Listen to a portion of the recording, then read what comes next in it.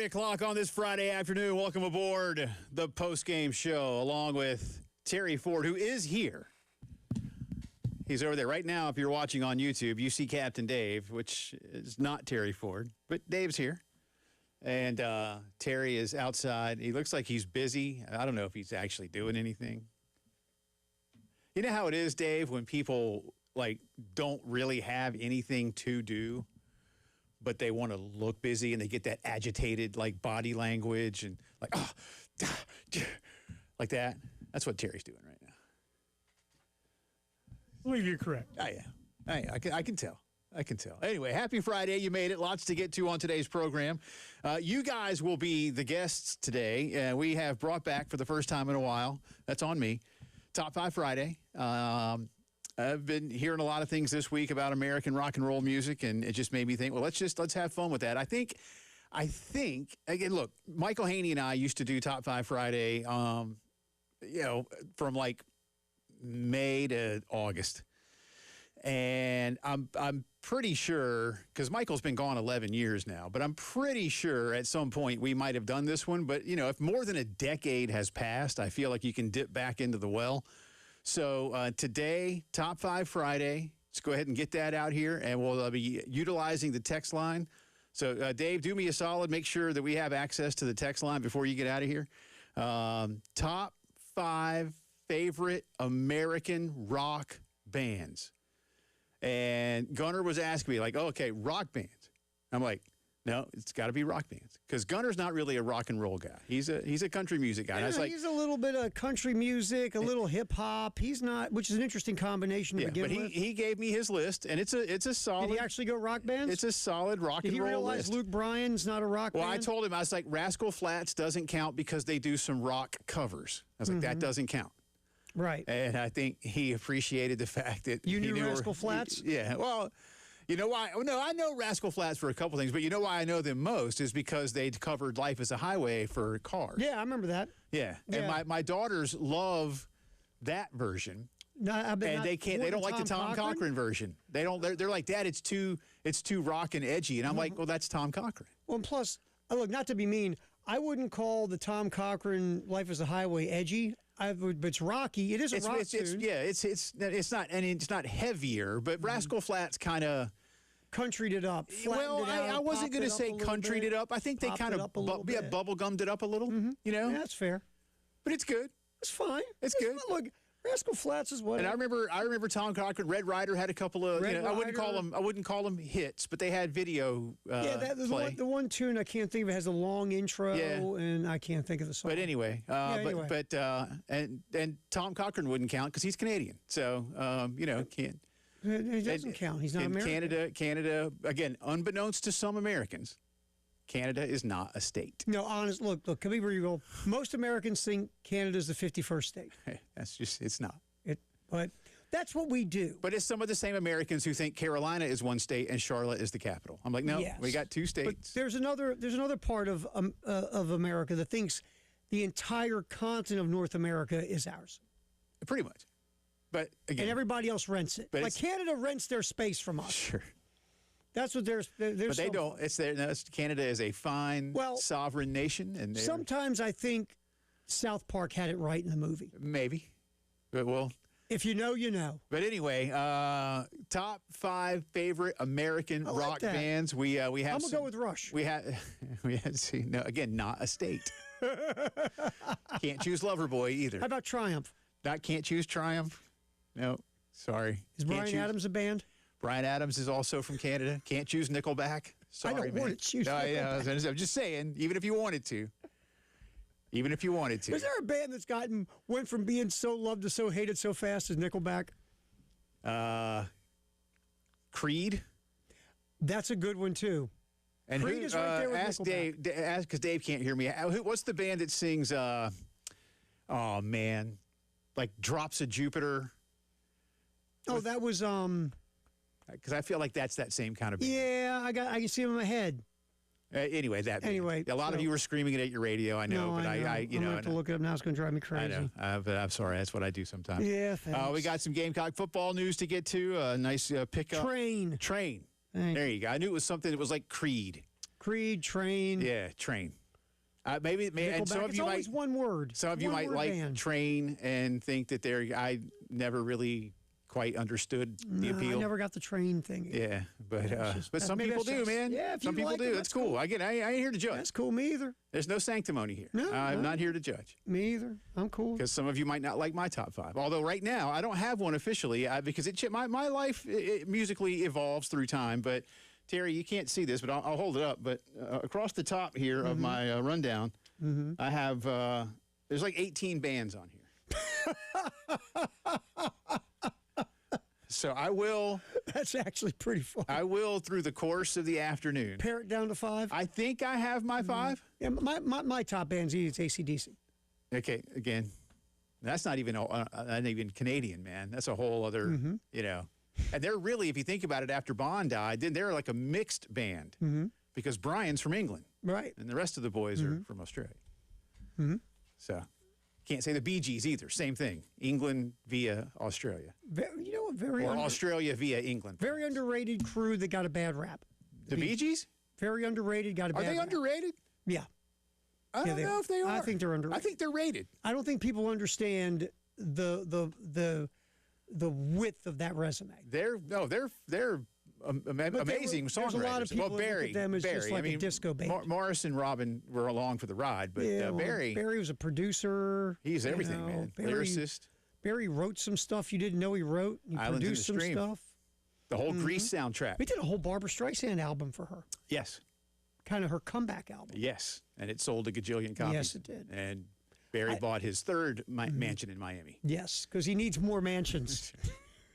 But anyway. I need one closer to the ocean. Well, the other two are beachfront, Barry. Oh, I know.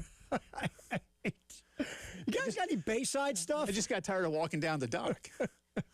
Anyway, we got a lot to get to across the World Cup. Look, I picked the right score. I picked the right score, but it was the wrong team. What happened last night is what I kind of envisioned. Turkey came to play, and I thought they would. America, honestly, Terry, started even more of the B team than I thought they would. Yeah. The only real big-timer was Weston McKennie. And Weston had a fantastic game. When Christian Pulisic came in, you saw things change. Well, the energy level and the aggression offensively really kicked up. They came out, clearly, Coach Pochettino had them fired up at kickoff because within 3 minutes, America had scored. Well, that was the thing, too. Again, and I'm not a soccer guy, you are. But just in the world of sports in general, you've won your first 2. You're kind of running your B squad. This other team's had an awful run in the World Cup, and you score right away. Yeah.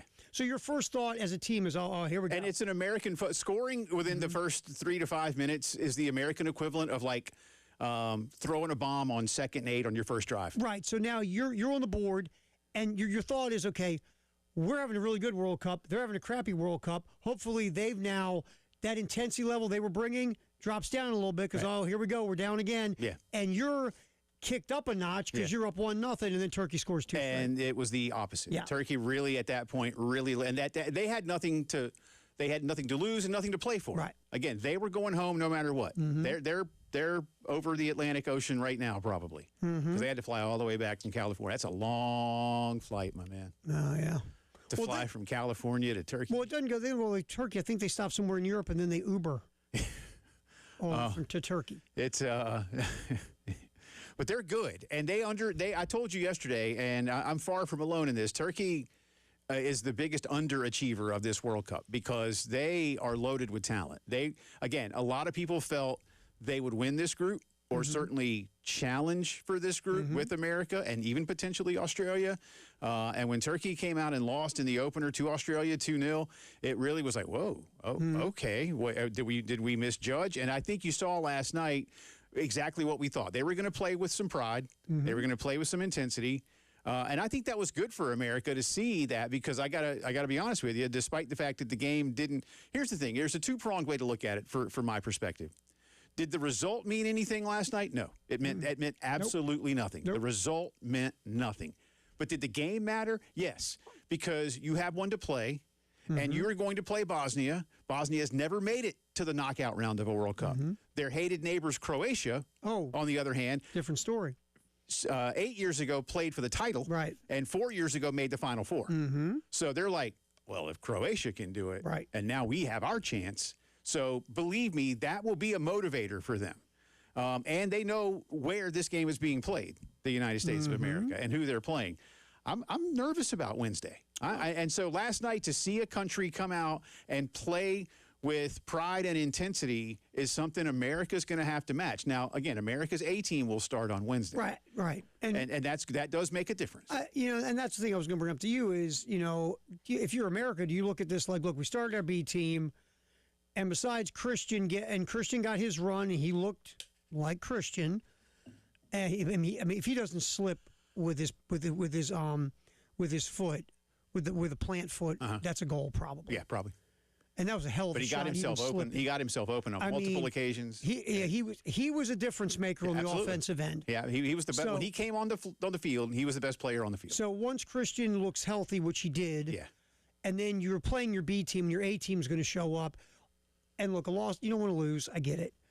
But coming out of a loss, there are things you can feel good about moving forward for America. They played and America did second half for 40 minutes. They played with intensity. That second half, somebody got a boot upside the butt in halftime. Yeah, because we scored within 5 minutes of the second half. And there was opportunities that were missed in the second half as well, where you might not have been in the situation of being tied at near the end when Turkey scored that goal. Right. So there's a lot to take. And that last goal, but really the first and third Turkey goals, I blame a lot on Matt Turner and the American defense. The second one, beautiful. Second was pretty, wasn't it? Beautiful. Man? And I'm not even a soccer guy. And I'm like, that was pretty. The first and third, and certainly the third one. The third one was bad. You switched off. The third one was not good. You switched off late, and that's the worst time to switch off. And again, I'm not a soccer guy, and I could. That was that's a bad goal. I'm like Matt Turner. Like Matt, you can't allow that guy to get that ball through. You said this yesterday, and you know 100 times more about it than I do about the goaltending. And you and I had this conversation yesterday. You go, when your goaltending is questionable, eventually it bites you in the backside. Yeah. It just does. Because at the end of the day, it's so important. There's not a whole lot of goals scored in this stuff. No. And if you got a guy who lets leaky goals or, easy goals, or if you have a defense that is out of position and then your goalie can't make up for that. That's the thing and the goalie in soccer is also largely responsible for that positioning, and see kind of like a baseball catcher, seeing things in front of him and putting you in the right spot on the field. Your comment about the goaltending that you've seen is a thing. It makes me nervous. It's a thing, man. And that was he used to be the number one. Now he's the number two. And I told a buddy of mine this morning, and I think I might have said it on the show yesterday. I long for the day when the United States number one and number two keepers, Tim Howard and Brad Guzan, the former Gamecock Brad Guzan. How old's Howard? I wish, but they were both. Tim and Brad were both regular starters in the Premier League for years. Tim was at Everton and Brad was at Villa. Look, you don't have to move that far as a goalie. Can either one of these guys just come on? Brad just retired last year from Atlanta. He came back from England and played in Atlanta for a couple years. Hey, Brad, what's up? I don't know if Brad's what kind of shape are you in, Brad? But I think Brad's doing TV now and having fun with it. Anyway, so if you're the more casual Casey American Keller right now, Casey Keller's doing broadcast. Casey. Why I do know not? Kate because Casey's about my age. I don't think Casey, but Casey was a long-time Premier League starter. So Casey could stretch properly and go out there. Maybe. I'm just saying. And they might not be worse. That's the scary part. That's what I'm trying to say to you here after what you've told me in the last couple days. But don't if you're the casual fan just watching during the World Cup, last night's loss. Not a big deal. Wednesday night, 8 o'clock becomes a huge deal because this is it'll be the knockout round. So There we go. All right, we got some Gamecock news to get to. I'll do that for you. Looks like Brendan Sorsby isn't going to sue the NFL.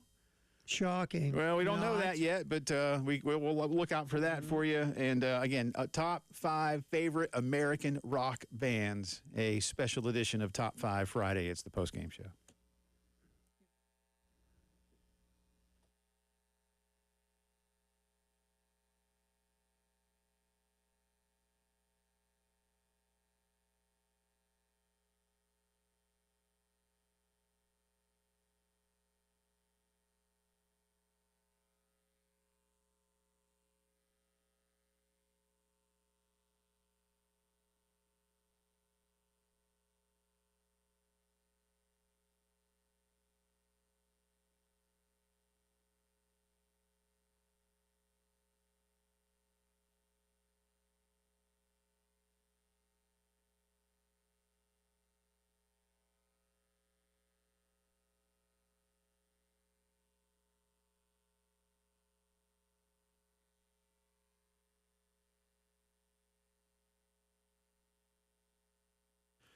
Integrated Media is ready to make all of your home theater dreams come true, especially as we get closer and closer and closer to the start of football season. We're into what, like 70 days away, 70 something. I mean, it's close, y'all. I mean, we've got a big holiday week coming up, and you might be heading out to the beach pretty soon. And then next thing you know, it's media days, and all of a sudden it's time to start thinking about it. So now's a great time to call 803-948-8327. Don't put off that home theater any longer. Or maybe you love your indoor home theater, but you'd like to watch your favorite football teams or other sports or your favorite movies, shows, anything you want to do outside and enjoy our weather. Well, you can do that too. Integrated Media will install an outdoor home theater system with equipment meant to be out there all the time. You don't have to worry about it. All you got to do is use it and listen to it and enjoy it. Indoors, outdoors, one room, whole house. Whatever you want. 803-948-8327. The best in home theater, my friends at Integrated Media.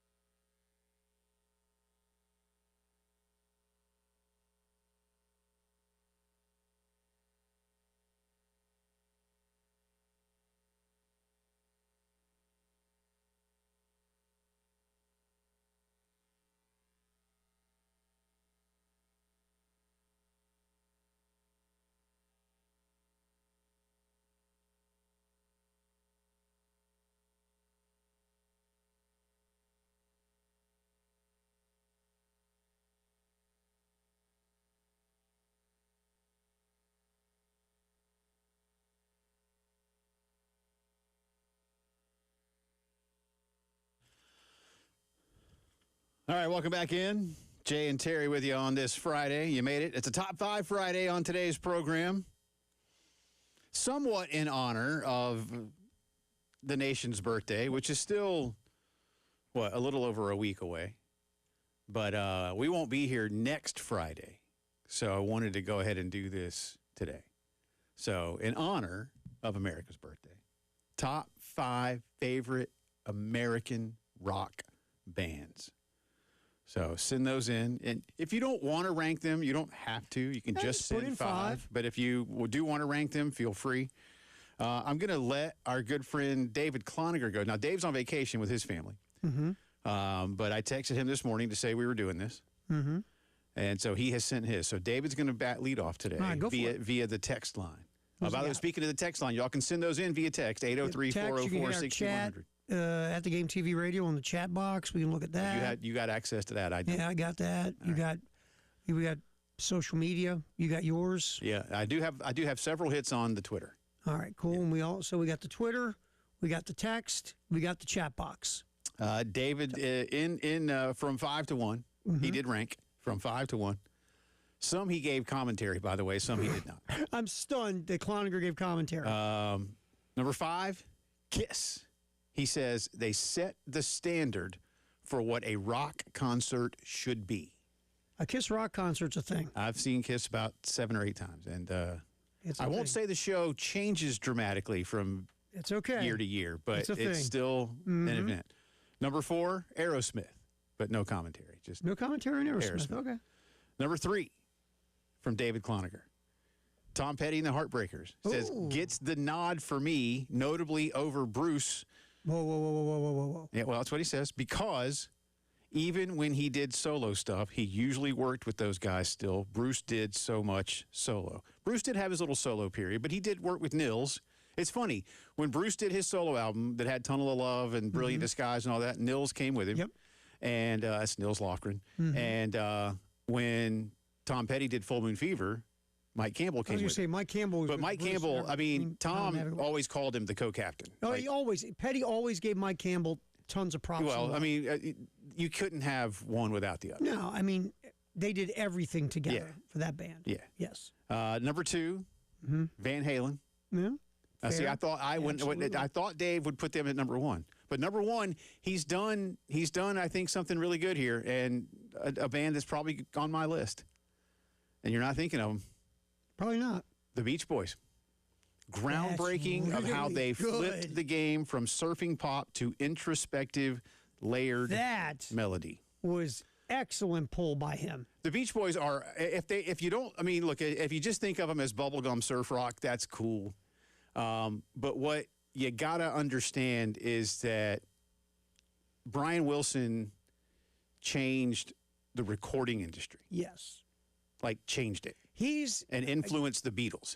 When the Beatles go, you know who we were really influenced by is the Beach Boys. Not to get all dorky, but if you look at whether it's Rolling Stone or any, music deep dive entity, Pet Sounds is looked at as one of the greatest albums of all time. Yes. It's extraordinary. Again, as a recording, look, it's extraordinary. My dad dug the Beach Boys, so I listened to the Beach Boys when I was a kid. Oh, I dug the Beach Boys, man. I remember the first I ever heard was the Beach Boys' "Endless Summer." My oldest, from my dad. Yeah, "Endless Summer" had a huge double album. Yeah.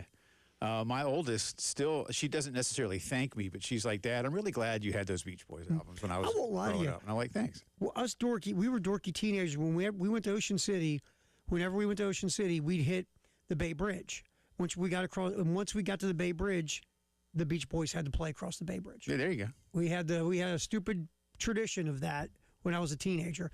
Had to have the Beach Boys across the Bay Bridge. And David did say it killed him to leave off REM and Pearl Jam. But you got to pick 5. Yeah. That's why I said I got like 18 up here. And Pearl Jam and REM are on my list. I got friends of mine who love Pearl Jam. I like them. That's how I am. They wouldn't be on my list. REM would be closer to my list than Pearl Jam. REM is likely to make my top 5. I like me some REM. Pearl Jam probably won't. I love the Beach Boys pull, man. That was really good. Yeah. Cloninger, nice job. Yeah. No, I think they'll probably be on mine too. But there's that one. I got a little bit of breaking news. Go for it. On Brendan Sorsby. Of course, we know the NFL won't hold the supplemental draft. And so he won't be playing in the NFL in 2026. And a lot of people have said, what about Canada? Well, the Canadian season has already started. June 5th, I think it started. However, the CFL has announced today that it will not be allowing any of its clubs to sign Brendan Sorsby. Well, how about that? Quote, upholding the integrity of the league and ensuring fair competition are paramount to the CFL.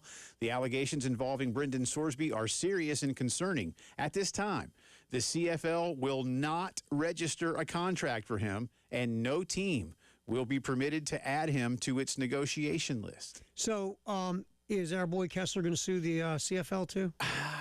I don't know how good he is in Canadian courts.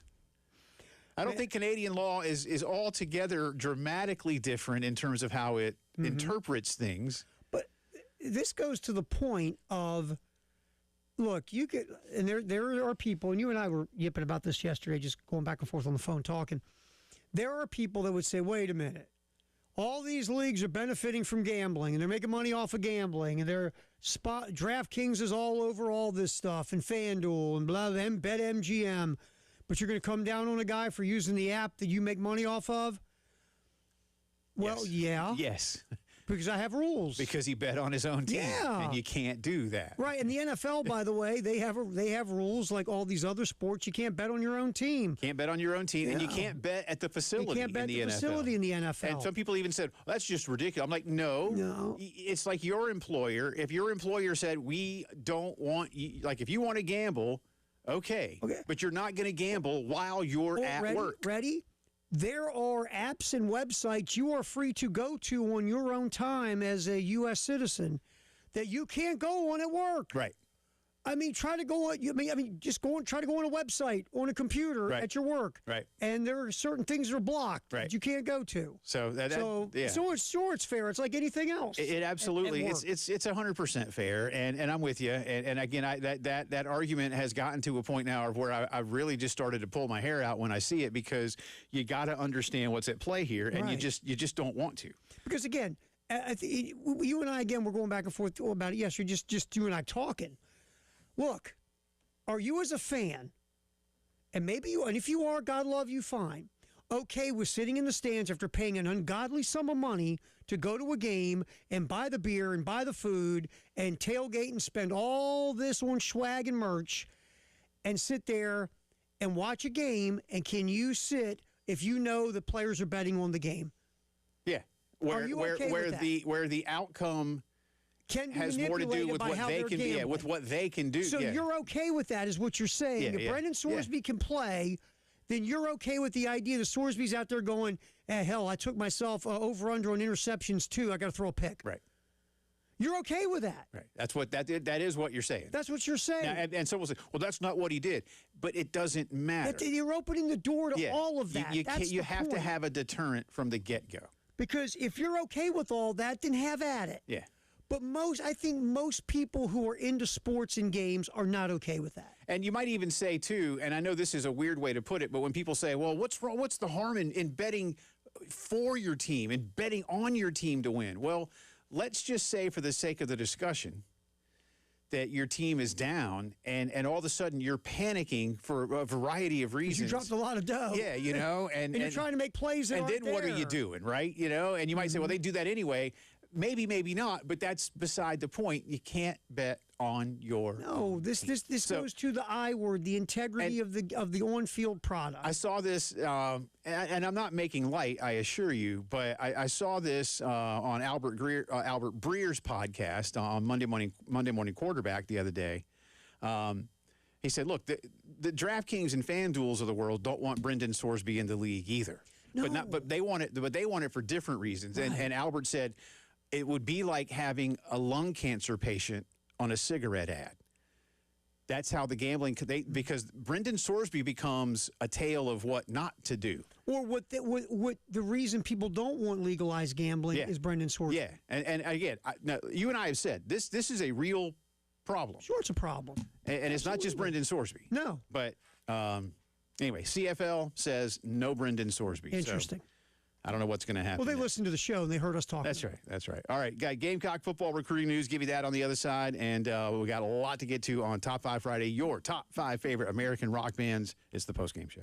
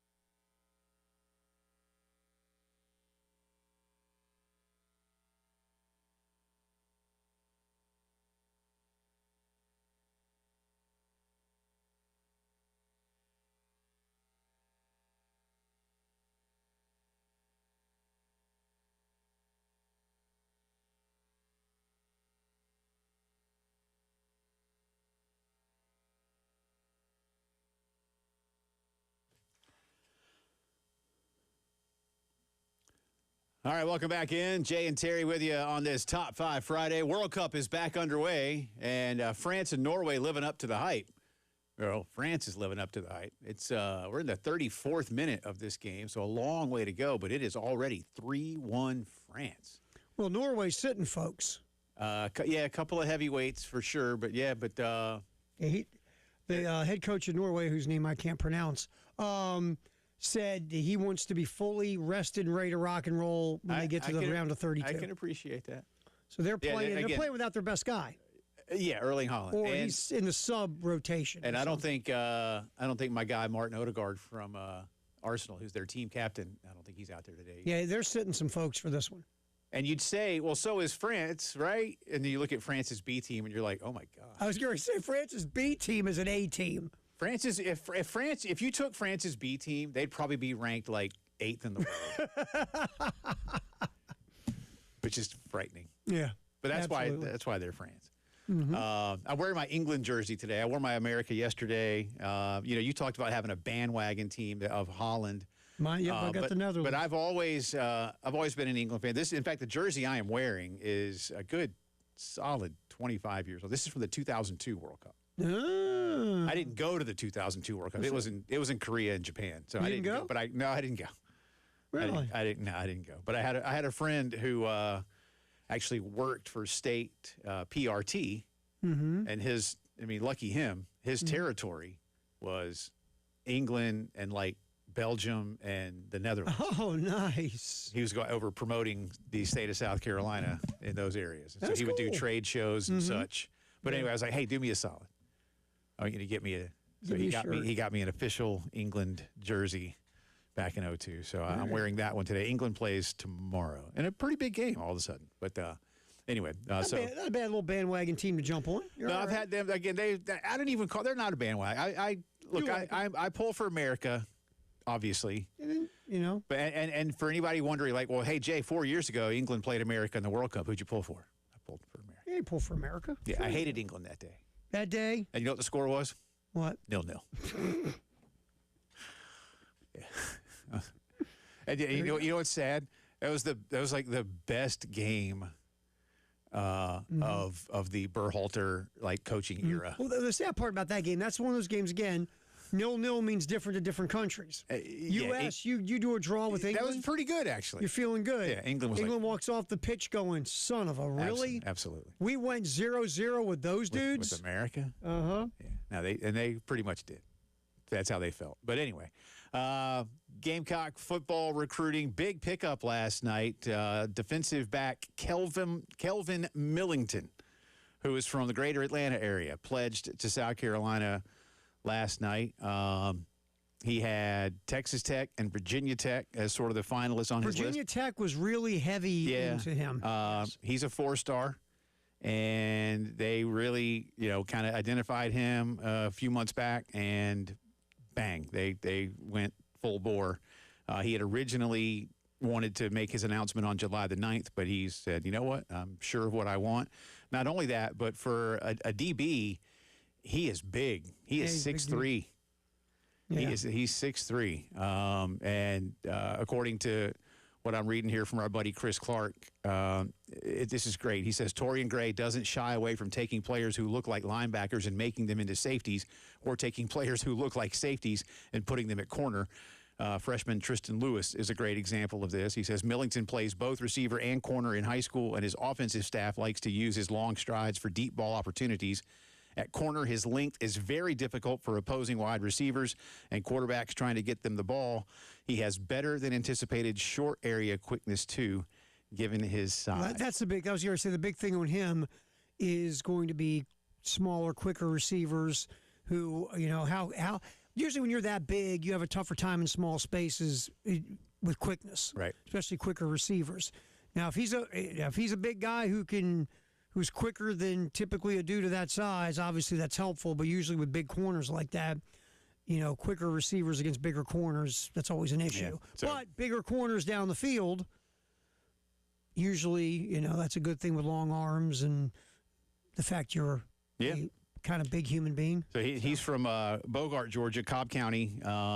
up north of Marietta and near Kennesaw, up that way. So. Rivals had him a top 300. He barely got into the Rivals top 300. He's a like you said, four-star kid. So, and that moved, if you're wondering, now look, I'm not saying, woohoo, celebrate Gamecock fans, but that moved Carolina up this morning to number 40 in the national ranking. They were like 44 earlier in the week, and they were like 48 last week. They've gotten a few pickups, and now they are, and again, I'm not saying celebrate, I'm just telling you incrementally, they're now they're 14 in the SEC, where they were 15th. Alabama is still last, so they moved ahead of Mississippi State. There you go. So I'm not saying, hey, problem solved. You know what's interesting about that? Okay, and again, obviously we have the transfer portal now, so it's not just all about high school recruiting. But here's Jeff Lebby going into year 3. And you're sitting next to last in the SEC in recruiting. I get it, Starkville, Mississippi. I'm cognizant of that. But you're sitting that low in the recruiting rankings, and you're going into your 3rd year. Right. Now, again, you better be pulling the portal, man. You better be pulling the portal really well if your recruiting rankings are sitting near the bottom and you're rolling into year 3. I agree. So we'll see. I agree, but good pickup. And our buddy Jamie Bradford says that Will Craddock has completed, speaking of Mississippi State, Terry, they go to baseball recruiting. Will, of course, was a Gamecock last season and put himself into the portal at the end of the year. But he has had his visit, again, if you will, with the new staff at Carolina, knows all about what's happening in Columbia otherwise. He made his visits this week to Athens and to Starkville. And Jamie says, I am giving a nudge to Mississippi State as competition to Carolina. This does not eliminate Georgia, Jamie said, but the Bulldogs of Starkville and the Gamecocks have more of my focus at this point. And he says we should know where Craddock ends up pretty soon, but he still believes, does Jamie Bradford, that it's a slight lean to remaining a Gamecock. Oh, good. Even if he's in the portal. Look, he's got a lot of ability. Obviously, there's some work to do, because he really struggled in SEC play. But he's got ability. Everybody that's seen him hit goes, that's a ton of high ceiling there. That's right. So, all right, it's Top 5 Friday. So, by the way, can I tell you this really quick? Please. 247 Sports Transfer Portal Rankings SEC. Guess who's sitting 16th? Mississippi State. Mississippi State. That's not good. Where's Alabama in the transfer portal ranking? See, they are 9th, just ahead of South Carolina, who's 10th. Okay. Yeah, again, Bama Cruton just, again, it's going to take off later because. Yeah, plenty of time still. Yeah, they'll be all right. Plenty of time. All right, you got top 5. I do. I have one from our good friend Brad Muller. Okay. Number 5. Actually, let me give you his honorable mentions. Bob Seger and the Silver Bullet Band. Good one. The Beach Boys. And the Eagles. Those are his honorable mentions. Yeah, the Eagles might be in my top 5. It might be in mine, too. Number 5. The Grateful Dead. No, I'm kidding. But the Allman Brothers Band. There you go. Not really a jam band, right? We're not doing that today. One day we'll tell that story again. Not today. Go ahead. By the way, Dylan on Dan Patrick has had a thing going on all week about the Grateful Dead. He's a big Dead fan, even though he's only 30. And one guy called in. I got to say this real quick. One guy called in and goes, it's just a bunch of noise. And I'm like, you know what, sir? God. You just exposed yourself as proving that you've never listened to the Grateful Dead. I don't care if you don't want to go to their shows. I don't care if you don't like people that smoke dope and dropped LSD back in the 60s and 70s. I couldn't care less. But you proved that you've never listened to one of their albums even, because they actually do make some amazing music. So it's not noise. You killed yourself. Whether you like them or not. Yeah, I don't care if you like them. It's not noise. But no, you screwed up real bad, sir. You just admitted you've never actually listened to them. Brad Muller, number 5, Allman Brothers. Number 4, Tom Petty and the Heartbreakers. Number 3, R.E.M. Number 2, Creedence Clearwater Revival. Whoa. And this is right. He says it's insane how many great songs they had.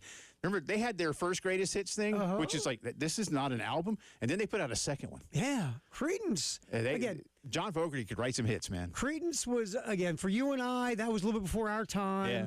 But CCR was really good. And Brad's number 1 favorite American rock band, Leonard Skinner. He says, without a doubt, so much great music in a very short time. Leonard Skinner's an interesting pull. That's all They're right. good, man. They're good. They're good. Look, this is tough. There's legitimately 20. It's harder than British bands. Even though the British bands are probably all better, but this one's harder. This is harder. There you go. Have fun with it. We got some more to get to. I've also got Gamecock assistant baseball contract news. You're listening to the postgame show.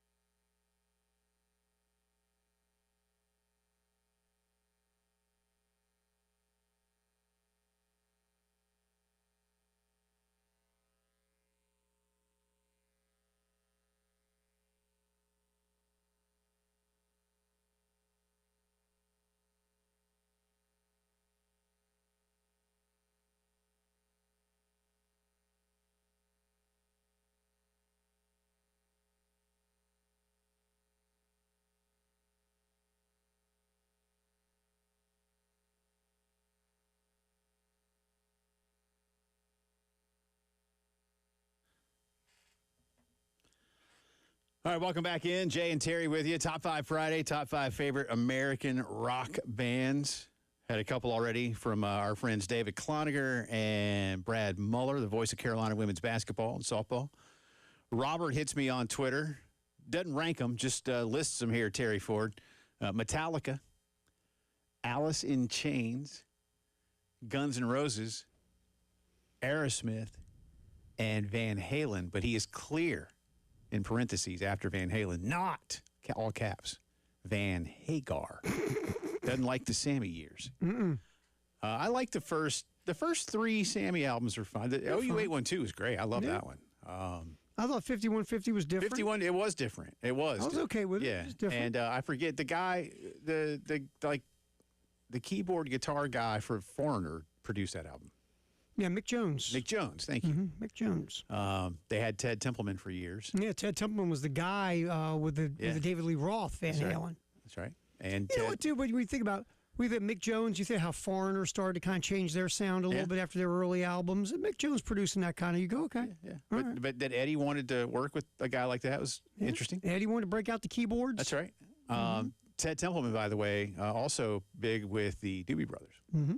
Oh, by the way, somebody hit up us with the Doobie Brothers with Michael. I think Michael McDonald. I got to double check. When Tom had some issues and Michael McDonald kind of came in. Let me double check it real quick. I know we're not supposed to say this term anymore around here because of our thing with John Whittle, but out of the bullpen.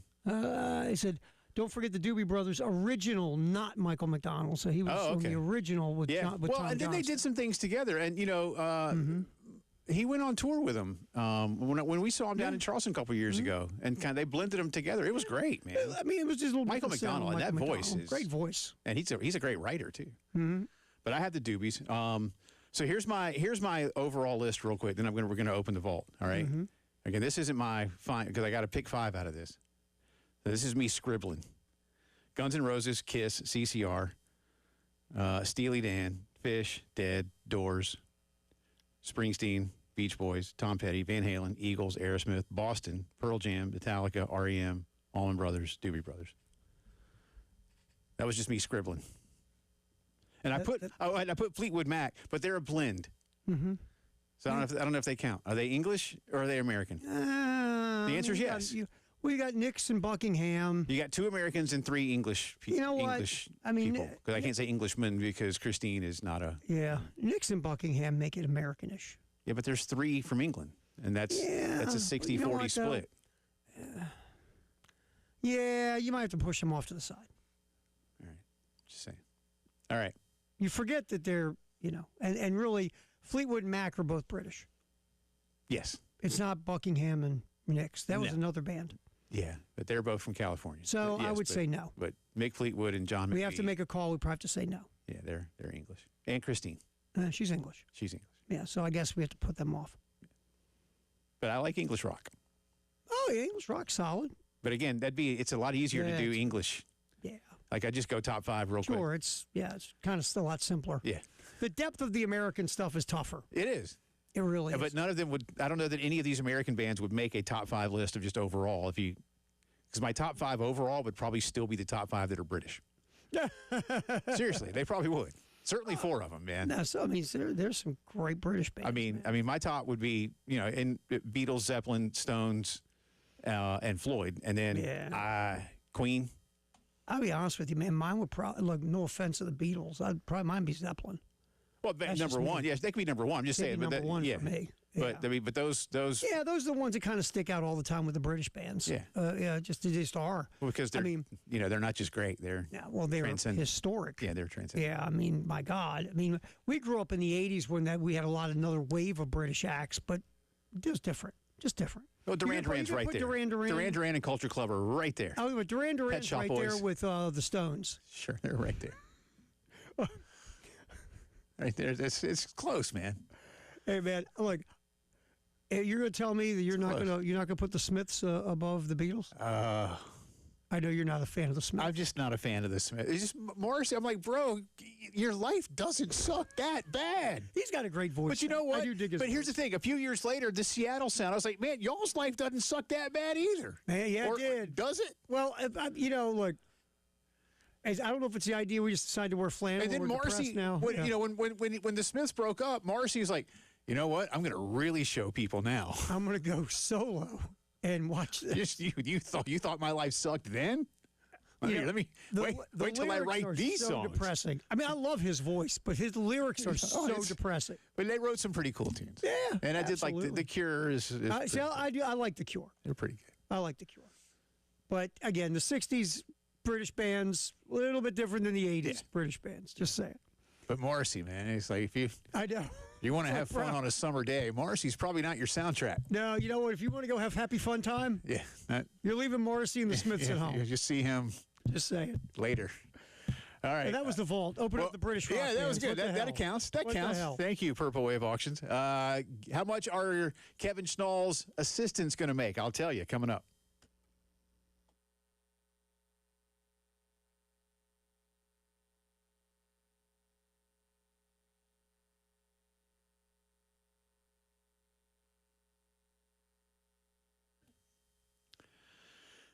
All right, you got a reprieve, some of you anyway, because it rained pretty good across the Midlands a little while ago. So maybe yard work gets put off for a little bit, but it can't get put off forever. And because of the rain, it means everything's going to be growing. How's your lawnmower treating you?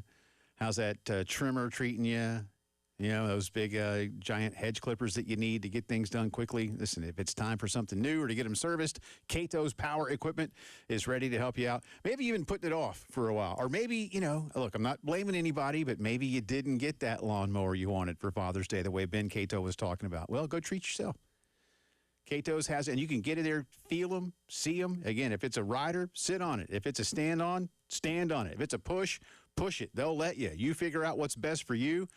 They'll help you fit your budget and your needs. No matter what it is, they've got it for you. And again, if you love what you have, but you need to get it serviced, service department get you in, get you out quick, because they know what it means to you. 4012 West Beltline Boulevard, and learn more all the time at catospowerequipment.com.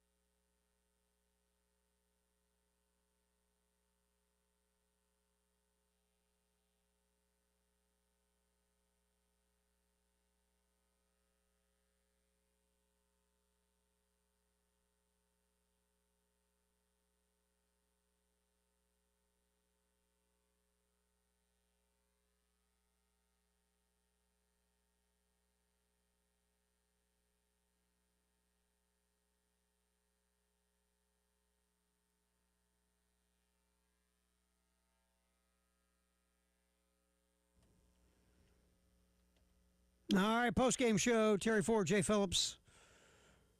We roll till 6. Having a little Top 5 Friday. We haven't done these in a while. Top 5 American rock bands we're doing today. Got a bunch of responses we'll get to in a little bit.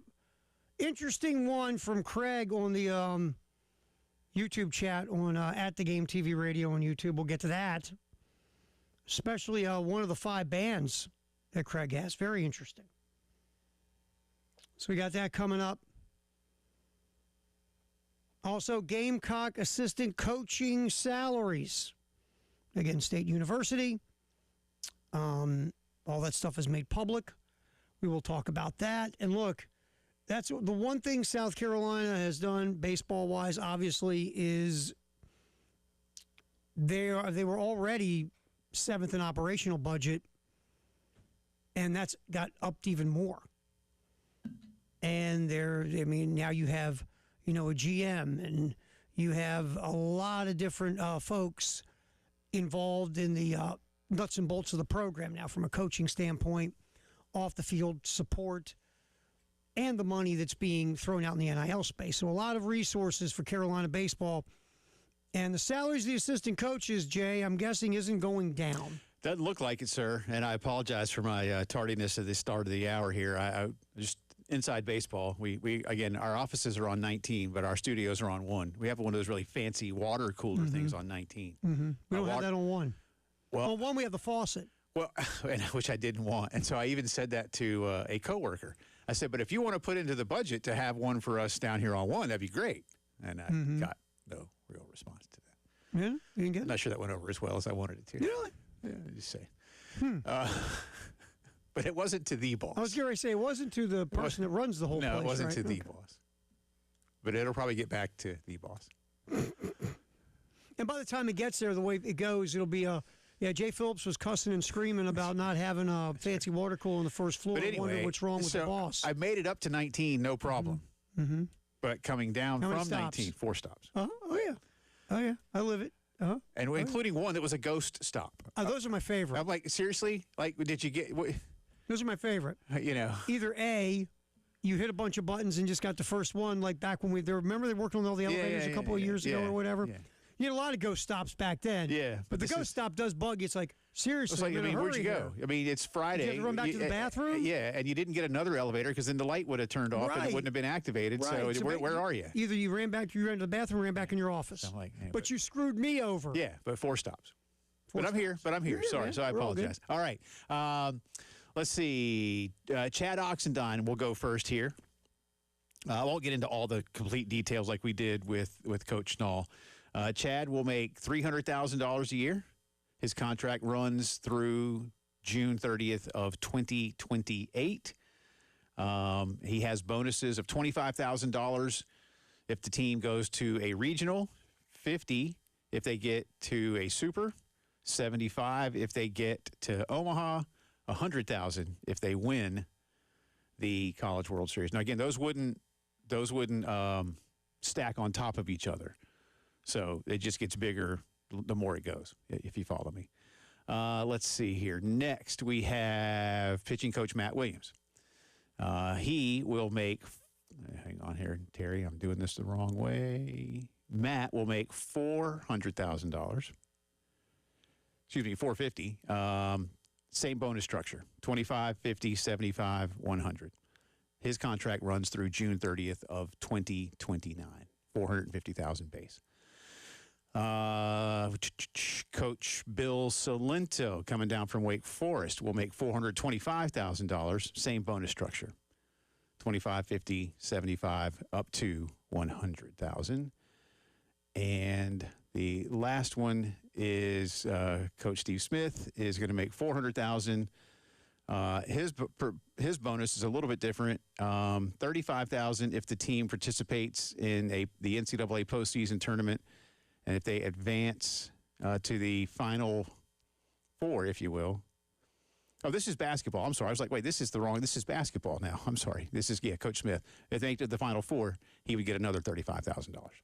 So that's not baseball. I apologize. So Salento, Oxendine, Williams all have the same bonus structure. And, yeah, Terry, that's a combined 4, 7, 8, $1.175 million. So that's pretty good. Pretty good. It's pretty good. And that's about what Paul's staffers, top 3 staffers were making. I mean, well, Monty, when Monty signed his deal, he was the highest paid assistant in the country. Yes. If I remember correctly. Yeah, they didn't go quite that high with Monty. Monty was making in the mid-5s, but Coach Williams is making in the mid. They're all making, well, Coach Salento and Coach Williams making in the mid-4s, and Chad Oxendine is making 300. So there you go. Sorry about the basketball. I didn't realize they had thrown a basketball one in there. Kind of threw me a curveball. You're like Final Four? Yeah. Right? I was like, wait, huh? So, yeah. I didn't quite look at that all at the same time. But anyway, there you go. And again, that's just the main assistants. A lot of analytical guys, a lot of other guys that are going to be on that staff. So, how much more I couldn't possibly tell you at this point. But I don't think any of those are going to need board approval. No. They'll have a budget that Jeremiah can give. And I think board approval. Don't quote me on this, but I think you and I talked about this. I think board approval is anything above like 250. Yeah, I think you're right. I think that's it's like anything above 250 has to have board approval. Otherwise, if it's in your budget, you hire who you want. Right, and I think also basketball-wise, I believe they changed Kerry Rich's title. I think so as well, and I believe gave him a raise. Which Kerry Rich busts his tail, so it's good for Kerry. I love Kerry. Good man. He's a good man. I'm happy for Kerry Rich the way things have gone for him. Yep. So he's doing a lot of the behind-the-scenes heavy lifting, and now he gets a little bit more in front of the scenes credit for it. So well, and I think you mentioned heavy lifting because we talked about this yesterday, and this is like Kerry, if you will. Now I'm not doing his job, mind you, but he and I grew up in Columbia. We're not too terribly far apart in age, and he's a lot of what he does is sort of, I don't want to say community outreach. I don't know if that's quite the right way to describe it, but I do think there is some of that. And again, I just can't. Nobody's ever been able to give me a good answer on why it is that South Carolina men's basketball struggles like it does in a relative sense. I know. It's kind of baffling to me because I know the school cares. I know the fan base cares. Like I say, I personally believe that Colonial Life Arena is proof enough of how much the community cares. Yeah. For years, you wore Nike. I know it's been years now since, it's been 15 years, give or take, that you've been on an Under Armour school before you go back to Nike here, well, literally next week. But for years, you wore Nike. So I don't think that was it. In fact, it's kind of funny when they switched to Under Armour, they basically had to get kind of an exemption from Under Armour to keep wearing Nike basketball shoes for another couple of years, at least for another season, because basically the Under Armour shoes, my words here, weren't ready. Can I give you my words on the Under Armour shoes? Sure. I can't say them on the air. Well, again, that's my neighborhood. Right. And I am very underwhelmed by the Under Armour footwear. That's a nice way to say it. Yeah, there's been a lot of people that feel that way, and I think it was in a lot of ways, it's not. I mean, Under Armour is still a popular brand, but in a lot of ways, it ultimately held them back. Well, I think is how people look at it. That shirt was revolutionary at the time. And it was a great shirt, and so you got your foot in the door with a great shirt and a great product. Then as you grew your product base and built more products, none of them really reached the same level as the shirt. Right. And and you also had the kids with some hipness for a little while. A little bit. I think that was the big thing, but you had that door. The shoes were it's I know it's not the same. But remember when Tiger went to Nike golf equipment? And Phil even said, well, the reason he's not playing as well anymore is because the Nike golf clubs aren't any good. And Tiger didn't ever want to admit that. Right. I don't think Phil was completely wrong.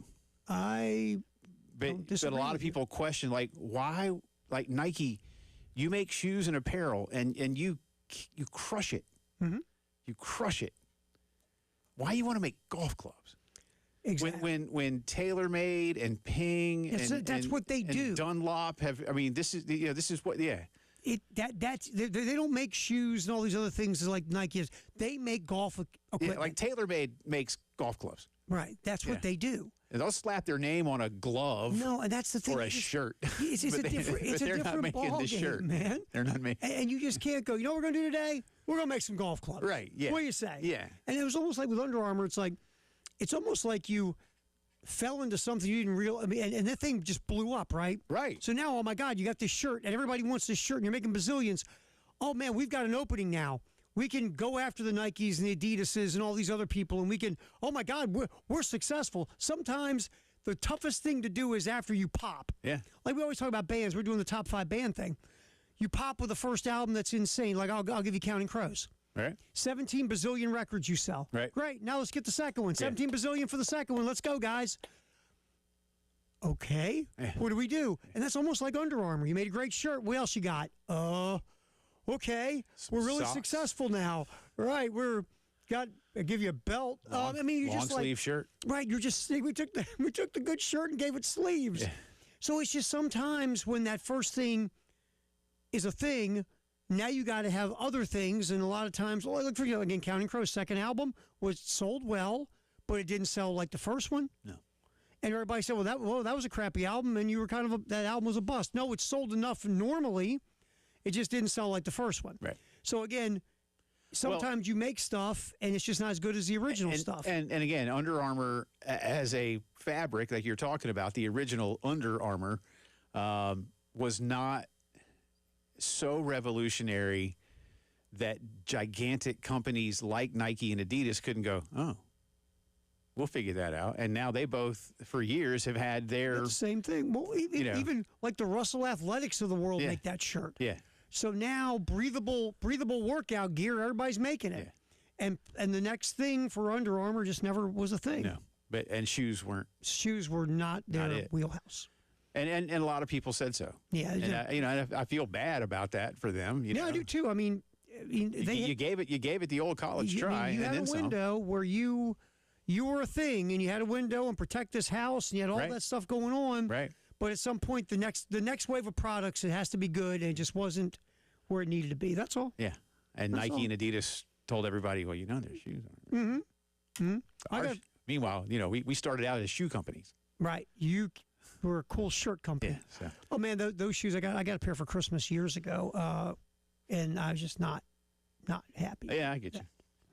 All right, we do have Top 5 Friday. Now, I've got a list on the chat that's pretty. One band's pretty interesting in that list. We'll get to it in the next segment. All right, good. Cool. Top 5 Friday. Top 5 favorite American rock bands. Got a lot of you to hit us on Twitter. Terry's got them on the text line. And we'll get into the latest on the Brendan Sorsby situation. There was some breaking news a little bit earlier on that. Nothing major, mind you, but we'll get you caught up on that and what's going on at the World Cup. Busy Friday continues as the postgame show rolls on.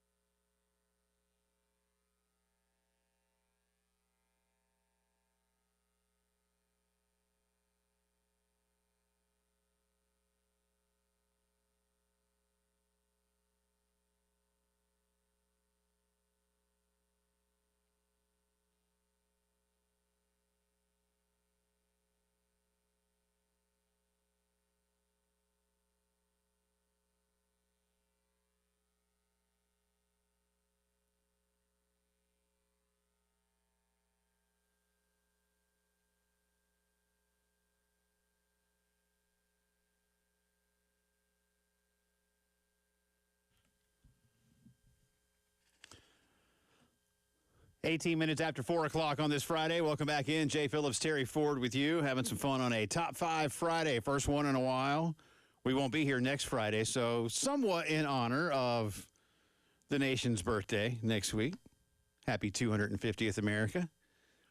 Your favorite American rock bands. Now, it could be best. It could be your favorite. I don't really care. Man. Whatever you like. Like, if I do my favorite relative to what I think are the best, we'll have two different lists. And while I love Fish, who's probably now become my favorite band, I don't know that I would put – and I think Fish is awesome. And I know how incredibly musically talented they are. But I don't know if I'd put them as, like, best American rock bands. No, but if they're one of your 5 favorite, then – But, you know. Yeah. So with this list, you can say best, you can say your 5 favorite, whatever. Yeah. Or whatever blend them in, man. You know. And David Cloninger asked me, I think I said this, but no, I told Bill and Tyler. David said, can we count hip-hop and rap because the Rock and Roll Hall of Fame does? And I said, because David wanted to put Run DMC on his list because they're so rock-influenced. Yeah. And you know what? David, like me, a child born in the 70s but raised in the 80s, I'm a big Run DMC guy myself. Yeah. But I was like, no, we're trying to keep it to strictly rock bands. Yeah, let me some Run DMC. Although Run DMC had an album called King of Rock. Exactly. There is none higher. Sucker MCs call me sire. To burn my kingdom, you must be fire. I won't stop rocking until I retire. I like me some Run DMC, man. Just thought I'd throw that out there. That was good. It was good by you, by the way. Nice I could have done a little bit better, but it's all right. You dusted it off okay. Thanks. You did. Yeah. That wasn't bad. Thanks. All right, we got a cool top 5 list off of the chat. Craig, one of our regulars, hits us up. Okay, now the 4 of these, no problem. Tool, okay. My oldest kid loved Tool. Okay. Fish. Well done. Steely Dan. Just brilliant. Talking Heads. Brilliant. And Ween. You ever heard of Ween? Wings? Paul McCartney and Wings? No, not Paul McCartney and Ween. Paul McCartney, it's called Ween, W-E-E-N. Ween. You ever heard of Ween? I got to tell you, Terry Ford, I have not. The only reason I have heard of them, and this is it. Okay. I worked in PA. They're a Pennsylvania band. Okay. Exactly, they're from. And I had to look it up. I knew they were a PA band. New Hope, Pennsylvania, is where they originated. Okay. These 2 guys. And New Hope would be. New Hope. No, is that near one of the 2 big cities or somewhere in the middle? It's Bucks County, like Philadelphia area. Okay. So New Hope is where these guys are from. The stage names were Gene and Dean Ween, but their real names were not that. And so they came with the band Ween from their stage names. How good would be that was your real name? Dean Ween. Gene and Dean Ween. Sure. So I'm going to give you a little taste of Ween.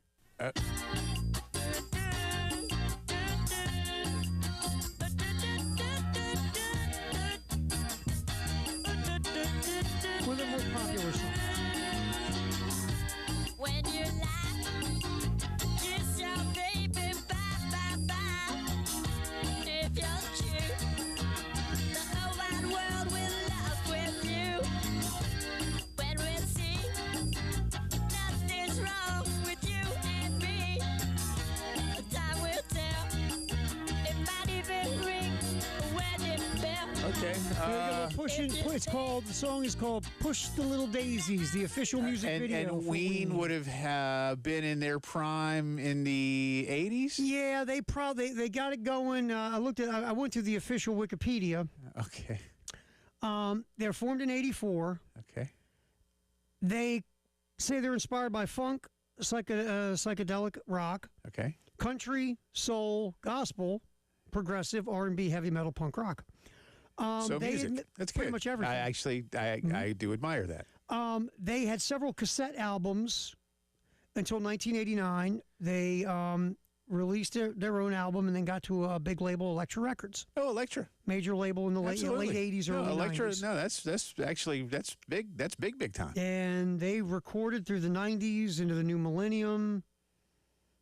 So How have I never heard of Ween? Like I said, if I didn't live in Pennsylvania, I would have never heard of Ween. But they obviously got out of PA if they got on Elektra and recorded for 15 years. They've been around for a minute. So Craig will have the poll of the day All right, way to go, Craig. with Ween. Yeah. Nice work. And I'll be honest with you, I had heard of them. Uh-huh. This is the first time I ever heard any music from them. Okay. But I'd heard of them. Okay. So, but very That's obscure solid. poll No, by hey, Craig. I like it. Nice man. work. Yeah, well done. Hey, very nice. Yeah. Very nice. Hey. Very interesting video, by the way. I got the video. Do we have a working here golf on the clap for computer. Craig? I mean, do you have a golf clap? I don't have No, it. we don't have that I'll on give there. it to him. All right, Craig, there you go. Yeah. nice work, my friend. Nice job. So keep it coming, whether it's on the video chat. We'll hit some text messages a little bit. You can hit Jay on Twitter. Yeah, I got a few hits from him. Let's see. We did Robert here. Charles, again, no particular order, says The Grateful Dead. Nice.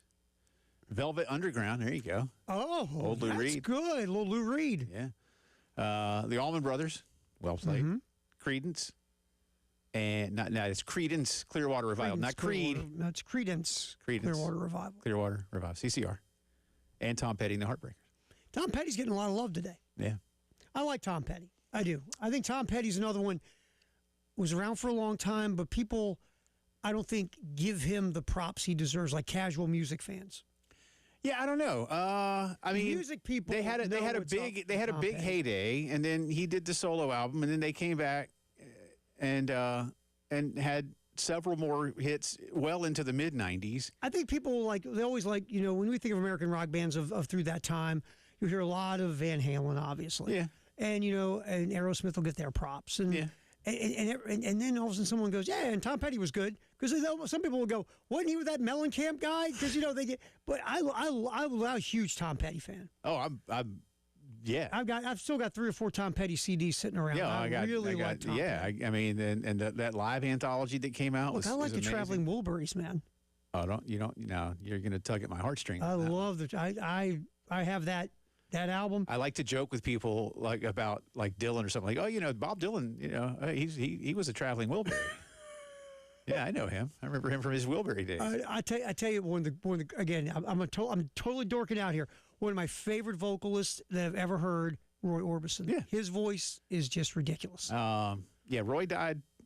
I mean, I thought Roy was an old man when he died, and then you realize that Roy was 52. Roy looked old when he was in high school, man. He did. Roy always looked old. No, I am. It's hard to describe. I mean, the Traveling Wilburys Volume 1. I could make a case for if you said take an album onto a desert island, you get one. So good. It's so good. I would. It's 100%. That's probably the one I would choose. It's I never forget because I heard the single, right? Because I was in music radio at the time, Handle and I with played care. the single. Yeah. And then I got the CD, and I'm like, oh my God, this is so it's good. Wonderful. It's so beyond wonderful. I truly. Yeah, it's and that album hit me at the right time because I was probably 18 when that came out. 17. Makes sense. And it's there were a lot of super groups. Mm-hmm. I don't think there's ever been a super group that had that star power. Well, I mean, we're talking about the star power of the writing and the producing and everything that went along, and obviously the musicianship and the vocals. Yeah. They were because Asia was a super group. Yeah, and they had some the guys from heavyweight Yes guys, and Emerson, Lake Emerson, and Palmer. Lake and Palmer. Yeah, and that was kind of a big deal. And look, that first Asia album I liked. Yeah. It was good. It was strong. It was strong. But the Traveling Wilburys. But the Wilburys, I mean, you got Jeff Lynne from ELO, you got George Harrison, you got Tom Petty, you got Bob Dylan, you got Roy Orbison. And here, ready? The guy no one talks about's Lynne. Yeah. And last time I checked, ELO did pretty well. Well, and Jeff Lynne is he's the production mastermind behind most of it. Absolutely. And they did it all. Now, he didn't really help him, but they did the album at Dave Stewart's place in L.A. of the Eurythmics. I didn't know that. They did Dave Stewart's dojo? No kidding. That's cool. Dave was like, yeah, y'all can go use it. He's another guy. And he's also brilliant. But he didn't really help him as much as just like, yeah, you can use my go use the studio, go and use man. my stuff. Yeah. So that's where they did it at Dave Stewart's place in L.A. You could make a case for the Eurythmics. Oh, they're great. The Eurythmics are really, really good, man. Annie Lennox. My favorite Eurythmics song is "What I Lie to You," which is the riff, the guitar, the guitar and the horns. Is it's great. 100%. Okay, we got to stop. But they're English. We got to stop this. Yeah. All right, But we got. you know what though? They were in America long enough. They now they. I mean, again, Dave. They moved came to L.A. and America started doing his really- stuff. Once they popped, he came to America. Yeah, he's like, it But rains. we got to say they're English. Yeah. Yeah, well, they're English, but Yeah, but they were in America He was like, for a you know what? while. It rains in London a lot. I'm going to You go know to what? L.A. I wonder how many. Did he spend more years, you think, in England or America, both of them? Probably. You know what I'm saying? Probably. Yeah, probably. The thing is, he probably had a place in England that was just as nice. I do. I love me some of your No, they were fun. Anyway. They were fun. All right. Anyway. Top 5 Friday. So hit us up. We just did Chad. We'll get in. Did we do Chad? Oh no, we didn't do Chad. We did Charles. All right, I got more. I got a lot to. We'll get back on the other side. Yeah, we got that. And we for got you. actually sports to get to. And we do. Yeah, I do have again. If you missed it, at least one landing spot for Brendan Sorsby ain't happening.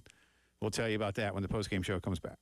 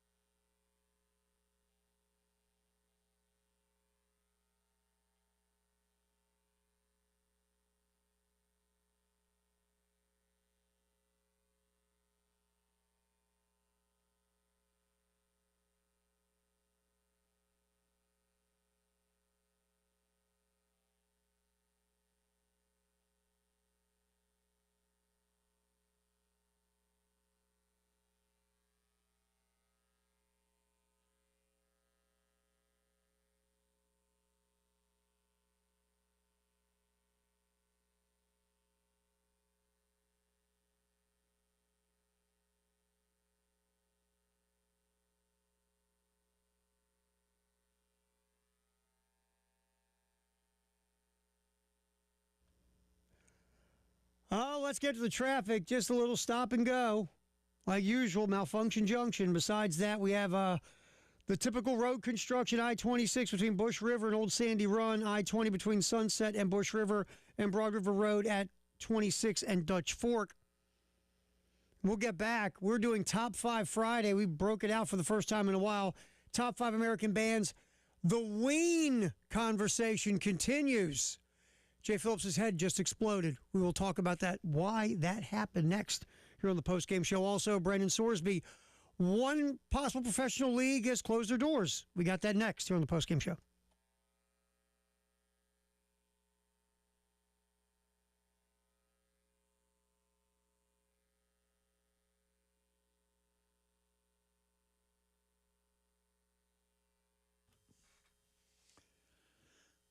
All right, welcome back in. It is a Top 5 Friday. Top 5 favorite American rock bands is what we're doing. And, yeah, my mind was just blown. Terry, we had Craig. Craig on the chat. Hit us, and Craig's a Fish fan. And I don't know if Craig knows this or not, but he gave 4 bands that we've all heard of. And then his top one was a band from Pennsylvania called Ween. Terry said he had heard of them from his days in living in Pennsylvania. I had never heard of them.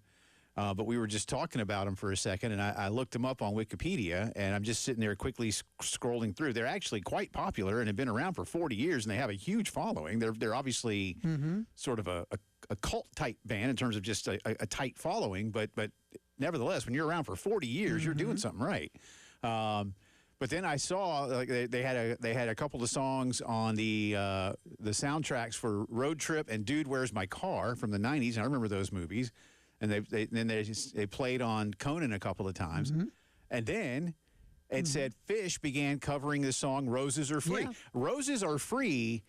Now, Fish will cover a lot of things. Now, I mean, 90% of what Fish does is their own stuff. But Fish loves, they cover Stevie Wonder and Talking Heads and Zeppelin, amongst other bands. And TV on the Radio is one of the songs they cover, Golden Age. But Roses Are Free, if you had asked me, Terry Ford, I would have told you Roses Are Free was a Fish original. I did not know until right now that not only is it a cover, but that is a song from a band I had never heard of until 30 minutes ago. I think Roll Todd on the chat line, it was funny when you went in my ear and said that word I can't repeat on the radio, and you went, holy bleep, Fish does this. I was queuing it up because we had someone in the chat. Roll Todd said, hey, Jay, Fish covers this song.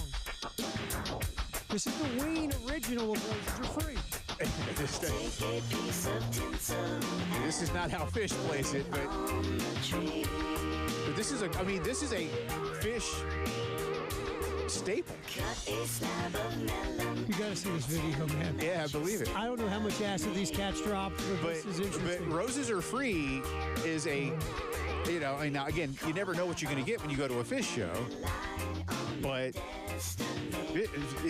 this is not an obscure Fish tune. Let's put it that way. Okay. The video is something, man. It's cool. It's interesting. I believe it, but I can't see it. But Ween. All right. Well, thank you for that. I mean, for as big a Fish fan as I am, and I did not know that because because Roses Are Free fits very much into a lot of what Trey would write. And I think that Fish, for the most part, when they do covers, tries to think, other than like Stevie Wonder stuff, they do a couple of Stevie Wonder tunes. But anyway, there you go. I love learning new stuff. See, this is one of the reasons I like doing this. Yes. Is that I mean, again, I've heard of somebody new, and then I'm serious, y'all. My mind is a little bit blown right now. Funny. You were so funny. My mind is a little bit blown. Because the ironic part was I was pulling it up on YouTube to surprise you with it. Yeah. And then you went, holy bleep, they do a Fish song. Yeah. This does one of their songs. I did not know that. So we thank our community on the chat for getting us going here. Yeah. We appreciate you very much. And we have some more top fives on the chat, too. And we'll get to them. Text and Twitter and everything. Hit that one you were going to do real fast. Yeah, I better get to all these now before too much longer. Hang on here. Let me get back to it. Where were you, Chad? Let's see. Chad has Guns N' Roses, Grateful Dead, Foo Fighters, Allman Brothers, Aerosmith. Yeah, that's solid. Foo Fighters. Foo Fighters. I like them. They wouldn't be in my top 5, but I like the Foo Fighters. Have you ever heard the story of like Letterman's last show, like that last week? Foo Fighters were on tour, and that was like one of Dave's 2 or 3 favorite bands. Yeah. And as you know, anybody that loved Letterman, Dave was terrific about launching bands and having tons bands of come on. I yes. mean, Fish played Letterman a The only bunch. thing is Paul Schaefer had to be part of the song. Well, no, he didn't. No. But Paul loved it too. I mean, he didn't always. And sometimes Paul actually would guest. Yes. It depended. He didn't. Even he didn't have to. Yeah, but it was fun when he jumped in with one of those bands. But yeah, if it was somebody that he really that wanted to play with Paul, he would come on and absolutely play. Or sometimes the whole band would play. But anyway, long story short, Foo Fighters. It's Dave's last week. Obviously, Dave is doing his show in Times Square, and Foo Fighters were in like Argentina. Mm-hmm. And Dave was like, "Well, I want them here for the last shows. Like I don't know if it was the last show. I can't remember if it was the last show or next to last. So Dave paid for Foo Fighters to pack up all their whatever they needed and fly to and New York. they flew to New York from Argentina so they could cool. so they could do it. And Grohl I mean, and Dave Grohl was like absolutely, like as soon as we got the word, we were like, why are you even asking? Yeah. Like, why didn't you just say, I need you in New York? Grohl seems like that guy that would go, let's go. Yeah. Let's go do it, man. So, I mean, from Argentina That's cool. to New York City and then back to Argentina to continue the tour. Just leave the plane running. We'll be back here in Yeah, about leave an it at hour. LaGuardia. Give me a limo. Yeah, we're good. But that's pretty cool. That's good. That's pretty cool. I appreciate that Thank you, list. Chad. All right. Brendan Sorsby. So, again, most of you have been following the Sorsby case. Was denied. He's denied the opportunity to enter the NFL this summer because they're not going to hold a supplemental draft. And they gave their reasons. And by the way, before I get to this part of it, Mike Florio also had a story that basically said if they don't file this lawsuit by today, and at this point, Terry, within the next 20 minutes, they're probably not gonna, because then you have a weekend go by, then you're into a holiday period in this country, and you're unlikely, right? Sometimes these things go, but you need expedience here. Yeah. And you're asking for it at the wrong time if you're going to go do this. And not only that, but let's be honest, it's the 250th birthday. So there's even more going on. Right. And courts will be shut down next week, next Friday. Some judges might go, I'm on vacation. Now, you can always get a judge to hear something if it's an emergency, but is this going to be deemed an emergency? So Florio, as an attorney himself, Mike Florio, Pro Football Talk, basically said, look, if they don't file this thing by today, then you're pretty much knowing they're not going to file. So I don't think they're going to file. And I think Brendan Sorsby now realizes I'll be sitting out. But he won't be. One place he won't be going for, is Canada. Right. The Canadian Football League issued the following statement today. Quote, upholding the integrity of the league and ensuring fair competition are paramount to the CFL. The allegations involving Brendan Sorsby are serious and concerning. At this time, the CFL will not register a contract for him, and no team will be permitted to add him to its negotiation list. There you go. So very brief, but because you and I had very this to the point. conversation. The CFL just started in early June. Is there time if he wants to go to the CFL to get in there and ramp up, play whatever part of the season he could, or just be in a professional team? The CFL went, no, we heard you guys. It ain't happening. Yeah. And, I mean, look, I got no problem with guys going to Canada. The game is not dramatically different, but it is different. Yeah, some things. Sure. And so to have to kind of learn that, too, while the season is underway. Well, again, we're sitting here looking at a situation that an attorney, and I'm guessing the family, has been on board with. We're going to find a way to get you to play for business reasons and for the fact he's a football player. What you're finding is this phrase called on-field integrity kind of matters to everybody.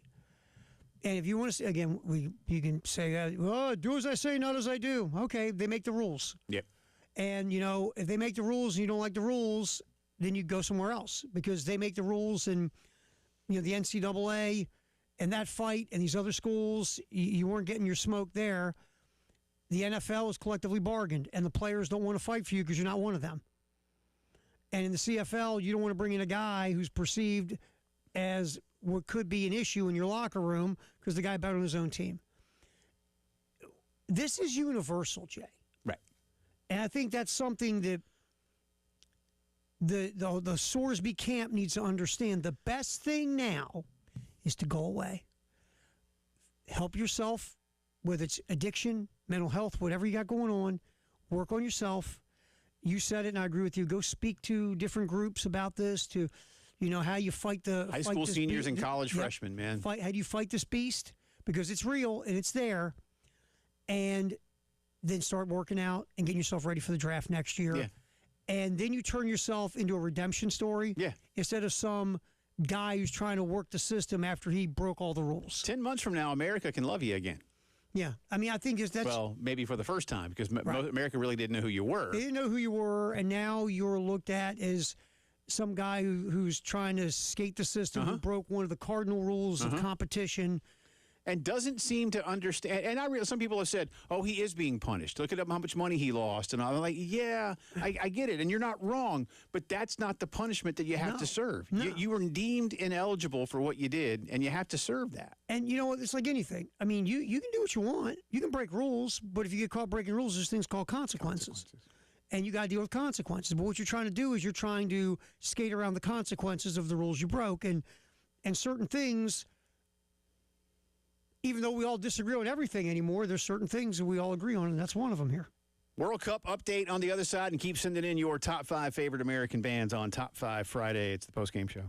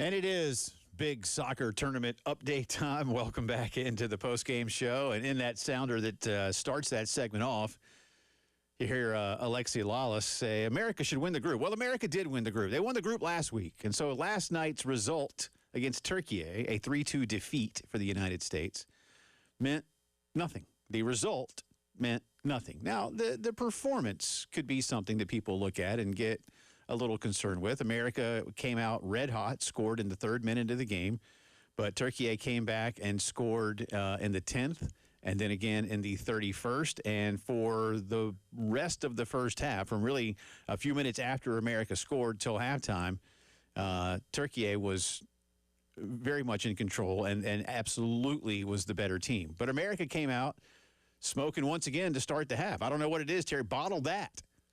Bottle those half starts because really they've done. I mean, you had own goals early in both your first 2 games, one against Paraguay, one against Australia, where you forced those own goals by your opponent by being so aggressive, so fast, and just didn't give them space to breathe really. And then last night you scored your own.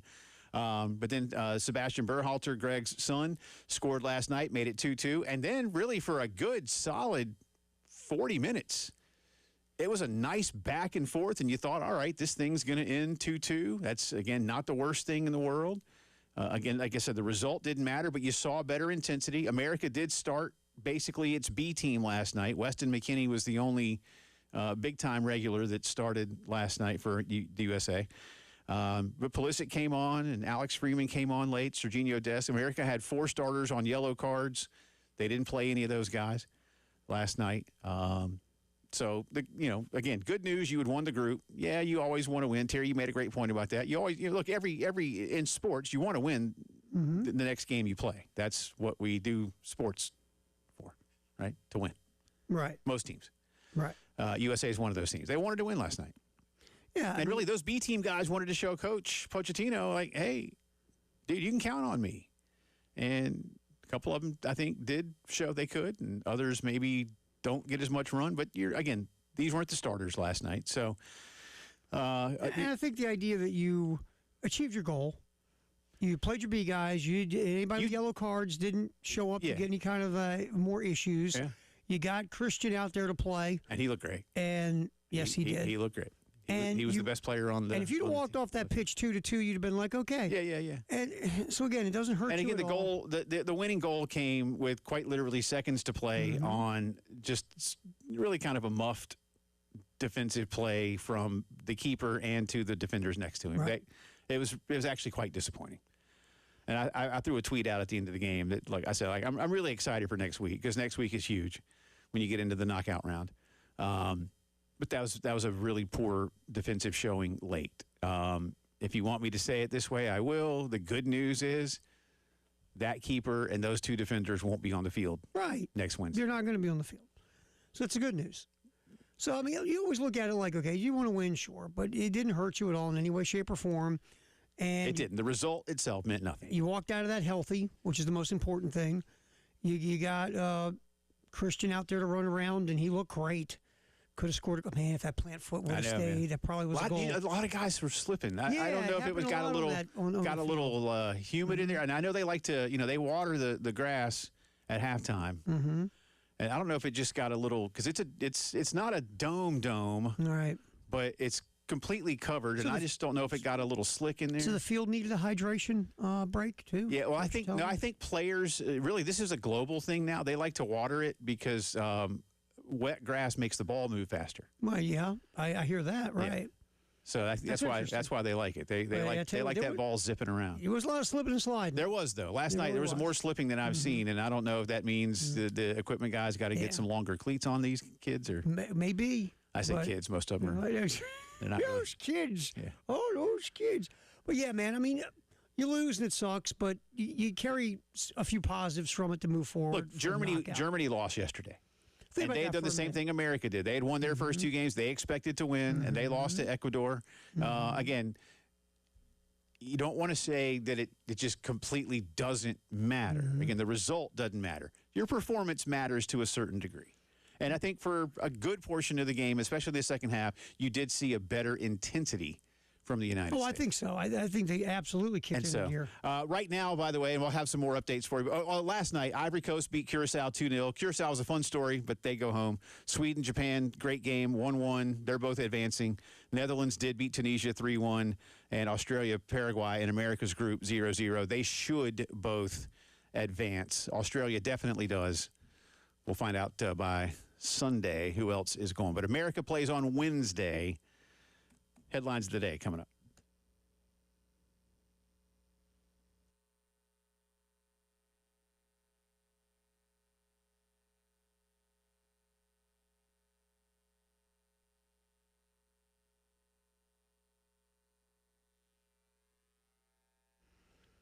The Men's Clinic of South Carolina with Dr. Dan and the staff here to help you. You're a guy, and let's just say, for example, I mean, we don't talk about this one enough when we have these conversations. You're not sleeping the way you used to. Everyone always talks about 7 hours of sleep. You got to get 7 hours of sleep, 7 hours of sleep. Maybe you're just not sleeping right. And you used to sleep like a baby, and now you don't.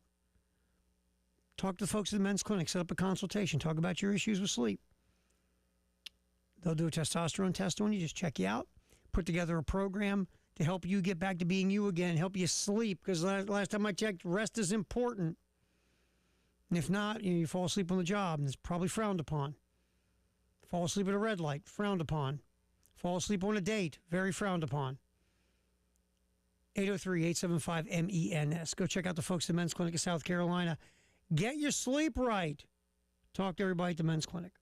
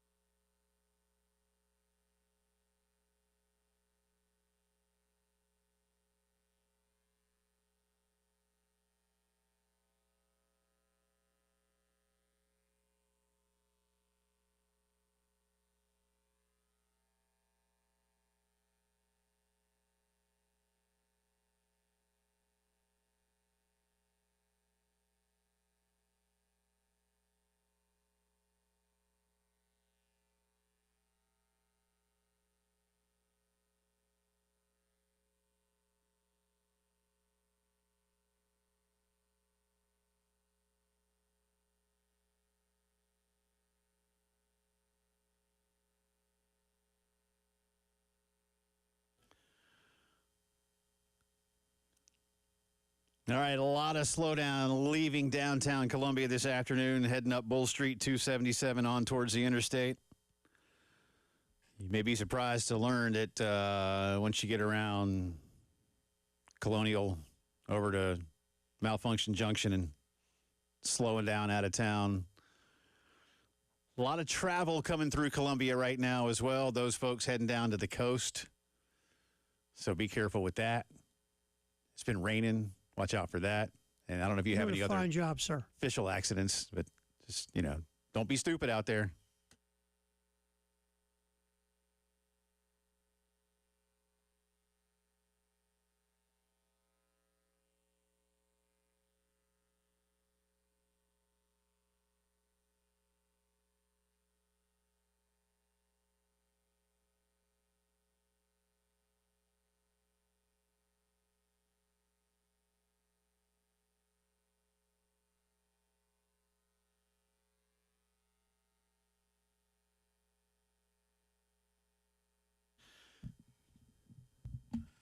It is 5 o'clock news time on this Friday. It's also the final hour of the postgame show. And a reminder, we're having fun on a Top 5 Friday.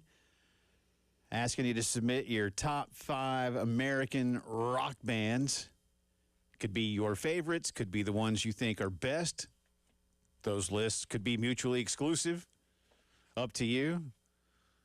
Gotten to a bunch of them already. Had some fun talking music. Our own Tyler Head and Bill Gunner have their lists. We'll have that for you. You got a bunch of them on the text line, the chat. And you got them on Twitter. At some point, I've got to whittle my list of like 18 or 19. It's not easy, man. Down to 5. It's not easy, bro. So we'll see. I thought it would be easier than it has been for me. Yeah. It's been much tougher. Again, if it was British bands, it'd be super easy. And they'd all be great. But it's a lot harder with American bands. So, anyway.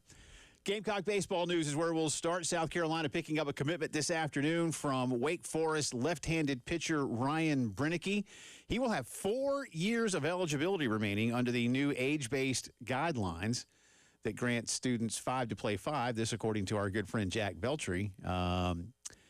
He, of course, comes down from Wake, where Bill Salento was. Brennecke had committed to Carolina back in the day under Mark Kingston and Matt Williams, but then decommitted when Mark was fired, and Matt moved on to Coastal. Now he gets to work with Coach Williams again, and we'll be back with a familiar face with Bill Salento, the associate head coach. So Columbia gets Ryan Brennecke, left-handed pitcher from Wake Forest. There you go. Limited action last year. 6 appearances, 7 strikeouts, 8 walks, just 4 1/3. So he's, I don't want to say a project, but I mean, Wake's good, and he just didn't have room to crack the line. Got a lot of eligibility. You can work with him and develop him, and he doesn't have to go out there and you don't have to rush him out there if he's not ready. And Matt Williams can mold him, Jay. That's right. That's the idea. That's the idea. Gamecock football picked up a nice commitment this week. Kelvin Millington, I guess they call this, from what Kevin Miller says, and I think Chris Clark was following up on it too, kind of a quiet commitment earlier in the week. Kelvin Millington is a 4-star defensive back from the greater Atlanta area up in northern Cobb County. Took an official to Columbia a couple of weeks ago. It went well. Carolina was competing with Texas Tech and Virginia Tech for young Mr. Millington's services. But and he was going to commit in about 2 weeks, but I think he just wanted to kind of go ahead and get it out of the way once he realized, nope, that's the place I want to be. Again, he's around 6'3", 6'4" for a DB. So plays receiver in high school as well. So, two-way player. And again, a 4-star guy at his position. So, and that's a position of need right now at South Carolina, because I think they had one DB that they were looking at and maybe kind of rolled off, and then he's rolled on. And there's the 5-star kid they're still hoping for. Yep. So who announces, I think, in a few weeks. So Kelvin Millington from Bogart, Georgia. Again, Cobb County, Torian north Gray of Atlanta. does a pretty good job with those defensive He's a backs. developer, man. He's an absolute developer. Somebody that is not, as we continue our headlines of the day, apparently, is Carlos Mendoza. The New York Mets fired their manager today. The club going through yet another long losing streak. This time it is 6 in a row. Remember, they had a 12-game losing streak earlier in the season. Yeah. Andy Green, who has been I guess, like, I don't know I forget exactly what his title was, but he was in player development or something with the Mets. He used to manage the Padres. He will take over for the remainder of the season. They are 34-47. Were swept by the Cubs in what Jorge Castillo, who covers them, says was a hapless 4-game streak. When you got your everyday beat writer calling it hapless, you ain't so good. David Stearns is the baseball. He's basically their GM. Said Carlos has led the organization with passion and grace and is beloved by everyone who works with him on a daily basis. His impact on our players, staff, and culture over the last 3 seasons has been transformative. Unfortunately, we know we are falling short, and change is necessary to move forward. Real quick, and look, I mean, by the way, their payroll is $370 million. Mendoza, he's lucky he survived the first losing streak. Yes. We were sitting around here on the air saying, is this cat going to get fired at some point? And then they're 13, 14 games under. They're woefully underachieved. But I'll say this to a point bigger. David Stearns did a heck of a job in Milwaukee. I mean, he built that thing. They MacGyvered that thing together with gum and staples, and Milwaukee has been a perennial contender and a playoff team on half the payroll that the Mets have. Yes. And Milwaukee's still good now that Stearns has left. And I know it's early in his tenure. It's his second year in his tenure, I think, Jay. I think. I think it's year 2 under Stearns. That sounds right. I'll say this. I am surprised that they are struggling as much as they are. And I'm kind of surprised the way they put this thing together in the offseason. It just felt disjointed. How remember they Alonso goes. This guy goes. Wow, all the big money guys are going, what are you going to do? Oh, well, maybe you're going to build it differently now and not just chase, big name contracts and this and that. Maybe you're going to kind of build it more kind of you did the Brewers, but you have more money now. Mm-hmm. And coming out of the offseason, you went, are they any better? Well, Steve Cohen doesn't want to do it that way, the owner. And he wants the big names because he thinks he has to compete with the Yankees. You've got David Stearns, and sometimes a guy is good doing things a certain way, but then you give him more toys to play with, and he's like, I don't know what to do with all this. Right. Maybe that's it with Stearns. Obviously, Andrew Friedman wasn't like that in Tampa to L.A. because Friedman went to L.A. and went, oh, my God, look what I get. Mm-hmm. And Friedman has built a dynasty. Mm-hmm. And he's taken what he did in Tampa, and he put it on steroids with the money you have with the Dodgers. To be fair, too, though, I know you're going to go like, okay, but he's also got guys like Stan Kasten. Well, he's got in L.A. that here's a way, and maybe there's some mentorship there. Yeah. Of people like Kasten who go, okay, I'll help you along as you navigate the Dodger organization. Because the Dodgers have always built from the farm system. Yeah. So it's not like the Dodgers go, oh my God, what's this farm system thing you speak of? Right. But Stearns, because he worked in Houston with those cats, so. Stearns, I'm not saying he won't be successful with the Mets, but one of the biggest problems, you brought up 2 words, Steve Cohen. Yes, it's the owner. If you're going to hire David Stearns, a guy who did something a certain way that wasn't the way the Mets are doing things, aren't you having a serious conversation about the way you want things done as an owner? Mm. Now, look, I'm not saying Stearns won't be successful. I'm just saying you're bringing 2 worlds and running them together that aren't the same. Mm-hmm. How about you get out of the way and let David Stearns do it his way? Well, he won't. And so Stearns most likely, if Cohen won't get out of his way, why don't you talk to your buddy Dolan, who finally got out of the way and looked the Knicks won a championship? Right. Why don't you just hand Stearns his budget, go build a team? I'll be out on my yacht. It's not tough, man. Right. Just because you got a bazillions of dollars doing whatever you did in your life doesn't mean you know a damn thing about baseball. Right. Get out of the way. Well. Right? Am I wrong? Yeah, I mean, yes, but they clearly, I don't think he can, and I do think that he's. So that's the flaw here. Just you got to let your guy do what you hired your guy to do. Yeah.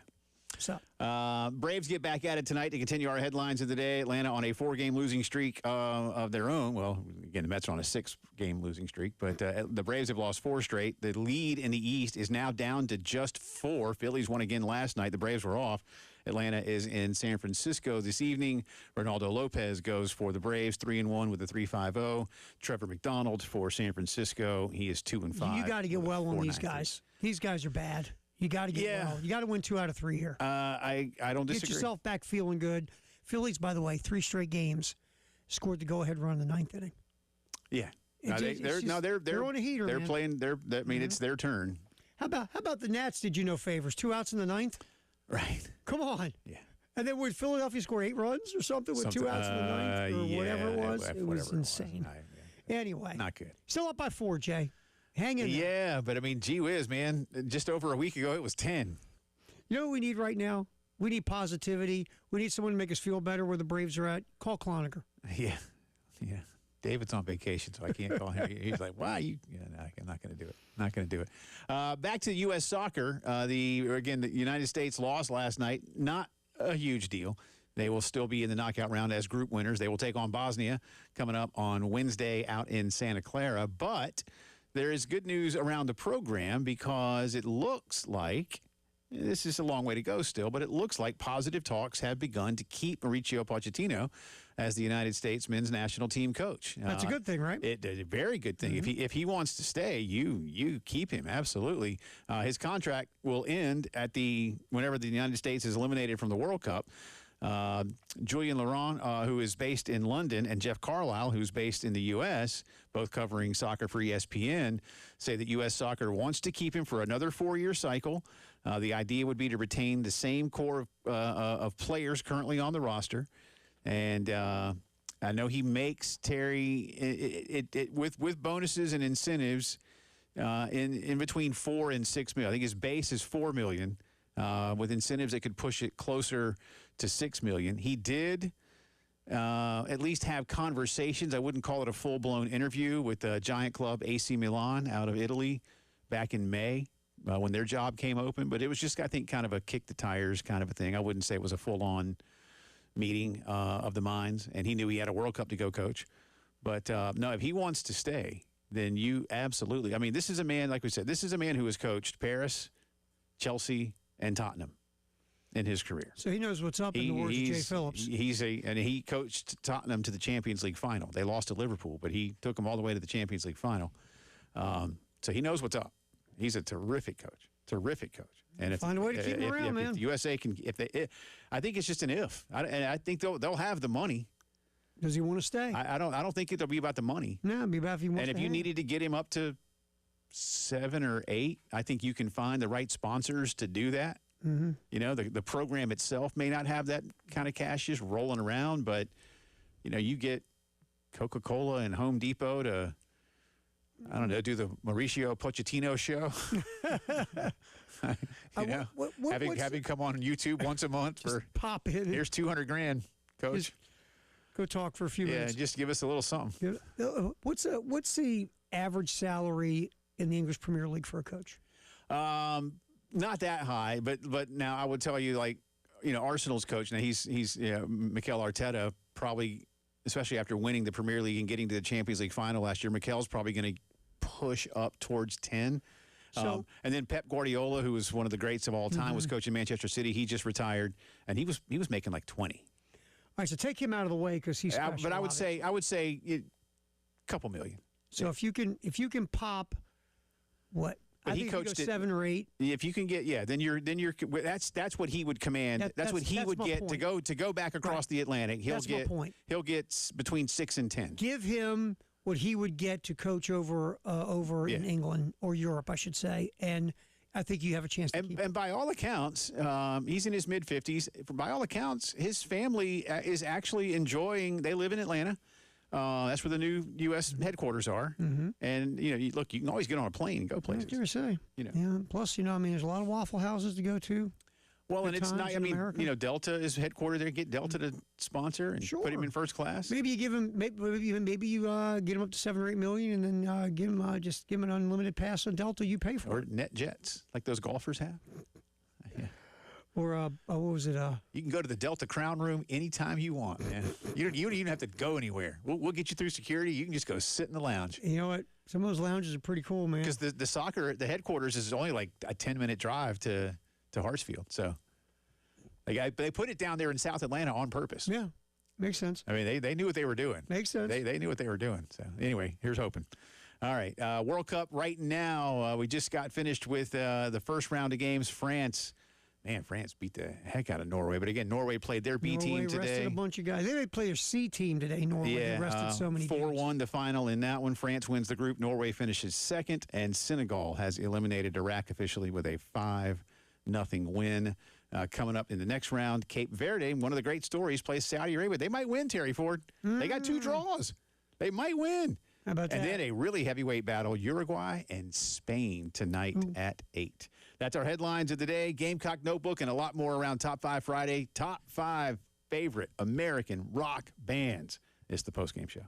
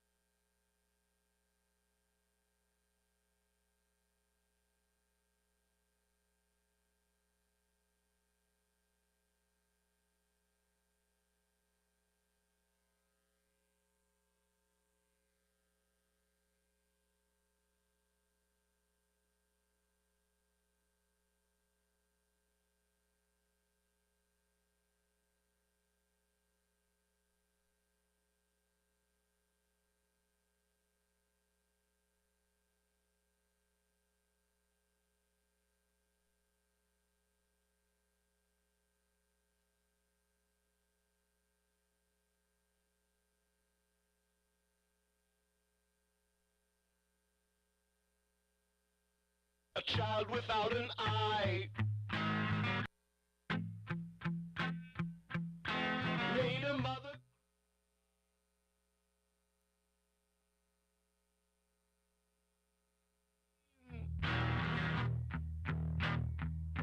On Buckingham Green, the children saw the eye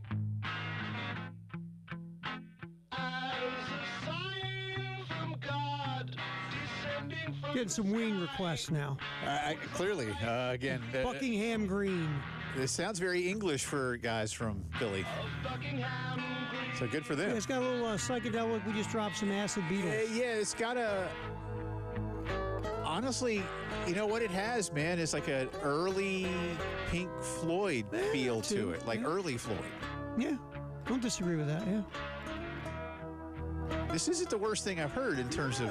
it's interesting. Thanks on the chat. Yeah, Buckingham Green. I want you to get to a couple. I got a few more to hit on Twitter. Yeah, we got some on the text. But I want to tell you get, but be. I've got the chat and the text line All right, cooking well, here. all right, do that because I'm trying to do a rundown. So, Okay, I'm gonna hit a couple. We haven't hit the text line yet. Okay. The Firehouse subtext all line. right, so do that. All right, here we go. Guns N' Roses, Metallica, Wait, hold on, because I'm trying to do it. All right, so Guns N' GNR. Roses. Okay, Metallica. Yeah. Doors. We haven't talked about yet. We have not talked about the Doors yet. Van Halen, and another band we have not talked about, Journey. Journey. They don't get it. You know, I don't know if they get enough credit. They don't get enough credit either. I do not disagree. I think it's just because Steve Perry left so long ago that now that and the guy sounds so much like it's him. scary. It's kind of it's creepy. yeah, I'm not gonna lie. doesn't look anything like him No, but he because sounds he's like just like him. 5'5". And it's very weird. But- Man, we every now and then when you hear a Journey tune and you hear like Steve Perry, you go, God, that guy had some pipes. Steve Perry, but he I think it just kind of burned him out, man. Well, he fell. He had that injury. Oh, he was hiking or something, and they went. Have you ever heard the story? I read this, and this is one side of the story. This is Steve Perry's side of the story, and I think it was Rolling Stone. Basically, he was trying to rehab from his hip, and or the injury, and the band. You know, again, everybody's doing tours back then. You do tours. That's how you made money. Make like almost like reunion tours and make dough. They wanted to get back out on tour. And the promoter was like, let's go. And Steve Perry's like, I'm not ready yet. And they said, screw you, we're going without you. And they're dead to Steve Perry. Steve Perry, they're all dead to him. Right. Now, again, there's probably another side of that story saying he took too long to rehab. We had to hit the road and make money. To be fair to both sides of Journey. Right. But then Steve Perry met a girl. And he was with her for a long time. And then I don't have to bum people out, she died of cancer. Oh. So Steve Perry was, like, his life went in a lot of different directions. Yeah. But Journey's a good one.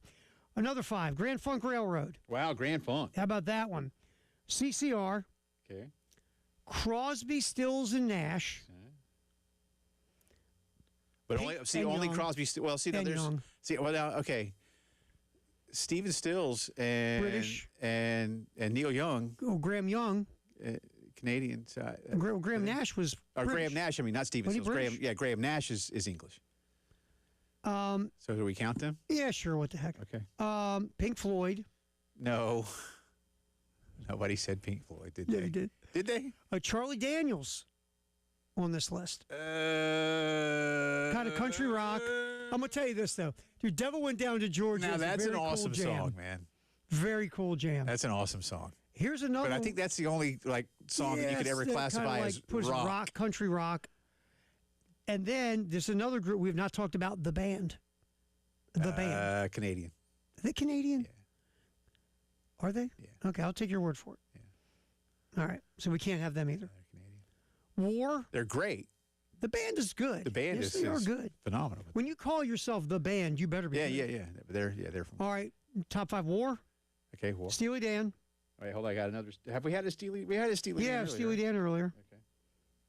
All right. Santana. All right. They're that's L.A. yeah, they're they formed in L.A. Yep. And by the way, Carlos Santana, stop it. You ever seen them Guitar. live? Yeah, I did. I saw them at the New Orleans Jazz Festival. They are bleeping great live. Man. Anyway, Grateful Dead, Allman Brothers. Hit you another text line here I don't real really fast. like the Grateful Dead. They're not that good. Yeah, overrated. ZZ Top, excellent pull. Okay. ZZ Top. Okay. Metallica. Yeah. AC/DC. No. Breaking Benjamin. Yeah, you did a little later on in life. Yeah, They were what? Were they early New Millennium? I think, yeah, Breaking Benjamin, I you think. got me on that one. I'm familiar with them. They're, Okay. they're, Good they're for you. solid. Good for you. Crossfade from Columbia. Crossfade. Local band. Yeah, local band. All right. I'll give you another one real quick. That's America. America? Is that America? Sure. ZZ Top, Okay, another ZZ. Foo Fighters, Foo Fighters. Metallica. I don't know if they're going to make my five, but one of my favorites, Red Hot Chili Peppers. I'm a I was huge waiting Red for Hot a Chili Peppers guy. Man. Saw them at the last Woodstock. They closed the show. Yeah. Flea, quite interesting, wearing nothing but a tube sock and a guitar. That's And a bass They drum. had it. Well, they had a whole phase where they Yeah, they did that. And here's one. Chili Peppers played the old Green Streets here in Columbia back in the late I 80s, love man. Red Hot Chili Peppers. And then on this list also, Tenacious D. Right. You going to count Tenacious D? Well, we're not really Little supposed Jack Black? to. We're not really supposed to, but we can. Ah! Okay, Allman Brothers, Skinner, Marshall Tucker, Tom Petty, Hootie. Marshall Tucker, I'll grant that. And then Hootie. I'll grant that. Hootie. Here's some off the text line. Okay. You've heard of Hootie, right? Goldfish? I saw them once. All right, there you go. So there's some text line love. We appreciate you on the Firehouse Sub text I line. saw them once. We'll get to the chat line here before 6. All right, A bunch of stuff on the chat line, too. We appreciate all of you. Bill Gunner, Leonard Skinner, Mm-hmm. Tom Petty, Mm-hmm. Aerosmith, Mm-hmm. Guns N' Roses, Mm-hmm. and ZZ Top. He didn't put Brooks and Dunn. He did not. I didn't let him put. I didn't let him put Brooks and Dunn. I didn't let him put. Gunner loves some Brooks and Dunn, man. I had to be here. I told Bill. Those of you who missed it, I said, "Now look, you can't even put Rascal Flatts because they do some rock Right. covers. You can't do any of It's that, man. You can't do that any of doesn't it, man. count.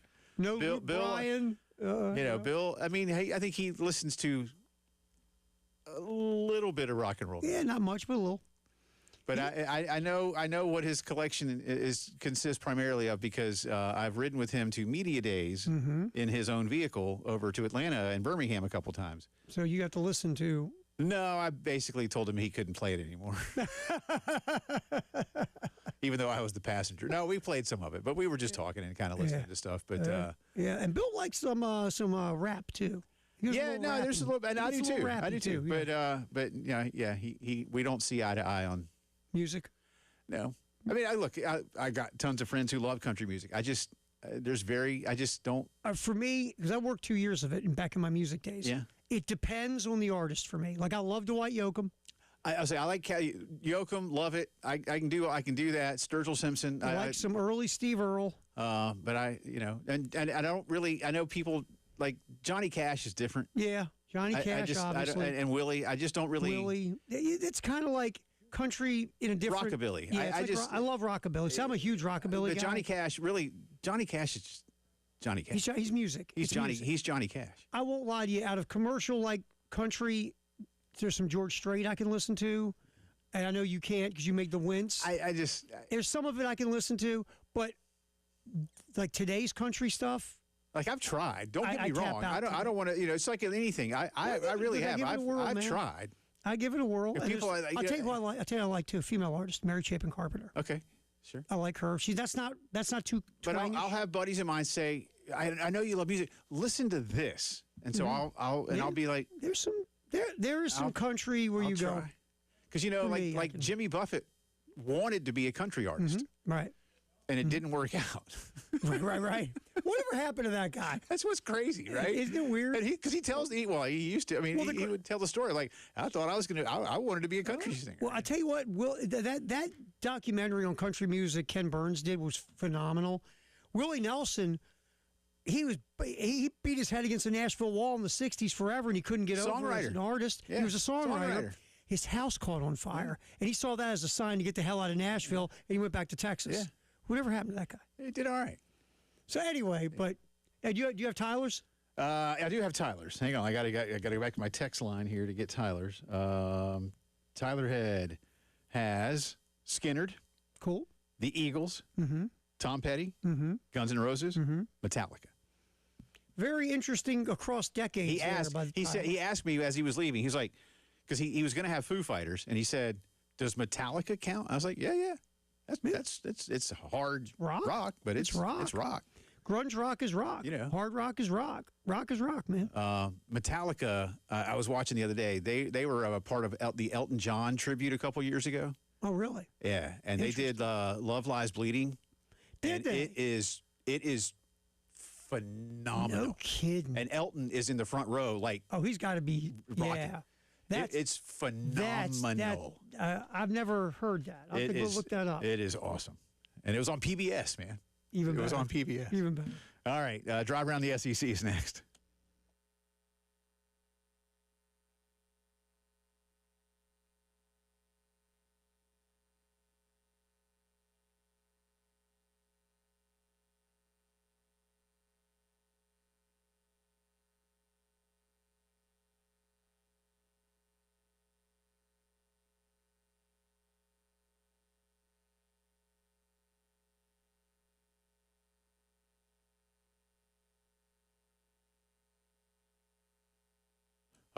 The British Bulldog will be rocking tomorrow. England is playing their final group stage game against Panama. That kickoff is at 5 o'clock, and I imagine the atmosphere will be just as fun, if not more so, than it was when we were in there for the USA-Australia game. Get in there early, grab yourself a spot, and grab yourself a pint or two, get some sausage rolls, maybe get you a beef eater, get filled up on a little great roast beef and the au jus, or maybe the Bulldog BLT. Or if you want something that's really, really good, try the Bulldog. It is 2 extra long British bangers with sauteed peppers and onions and kraut. It's kind of like a brat, but it's an English sausage, which are just, they have that flavor that is so good. Those things are great.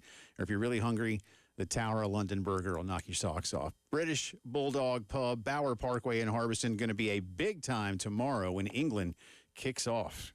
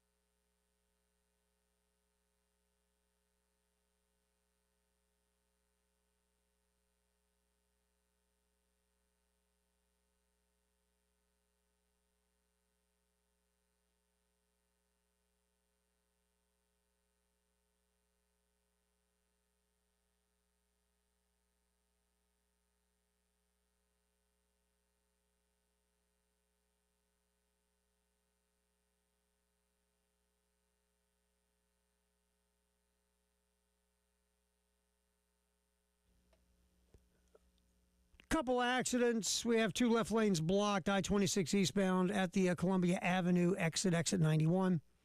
St. Andrews Road at Broad River Road accident there as well. Of course, Malfunction Junction is malfunctioning like always. And we have our typical construction I-26 between Bush River and Old Sandy Run, I-20 between Sunset Boulevard and Bush River, and Broad River Road at I-26 and Dutch Fork Road. Our drive around the SEC and more of our Top 5 Fridays, Top 5 U.S. rock bands, right here on the game.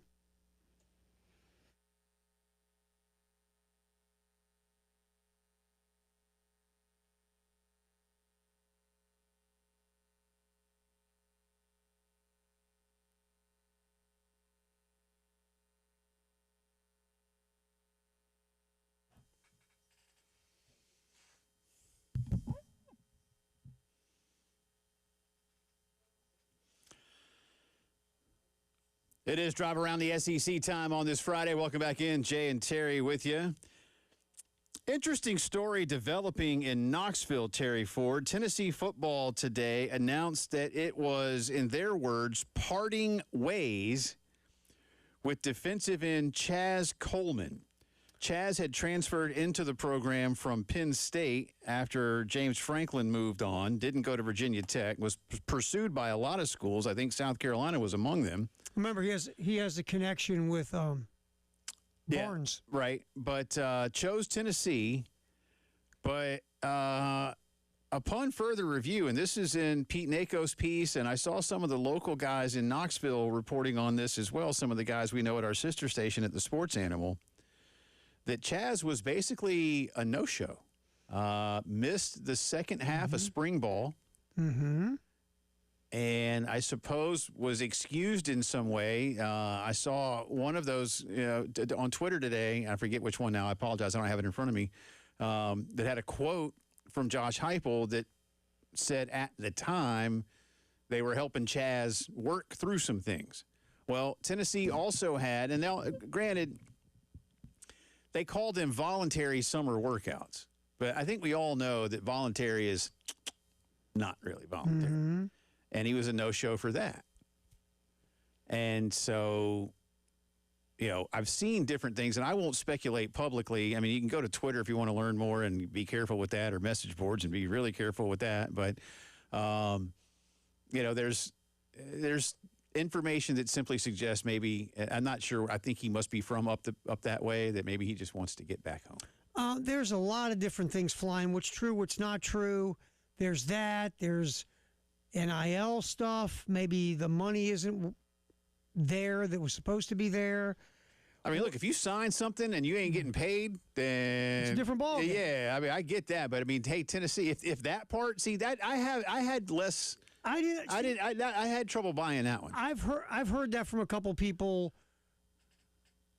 That I won't disqualify it because there are people that aren't like goobers. Yeah, but I don't know about that. And that's one, I just can't go in there and say, well, it's definitely, because you don't know. But that smoke's out there.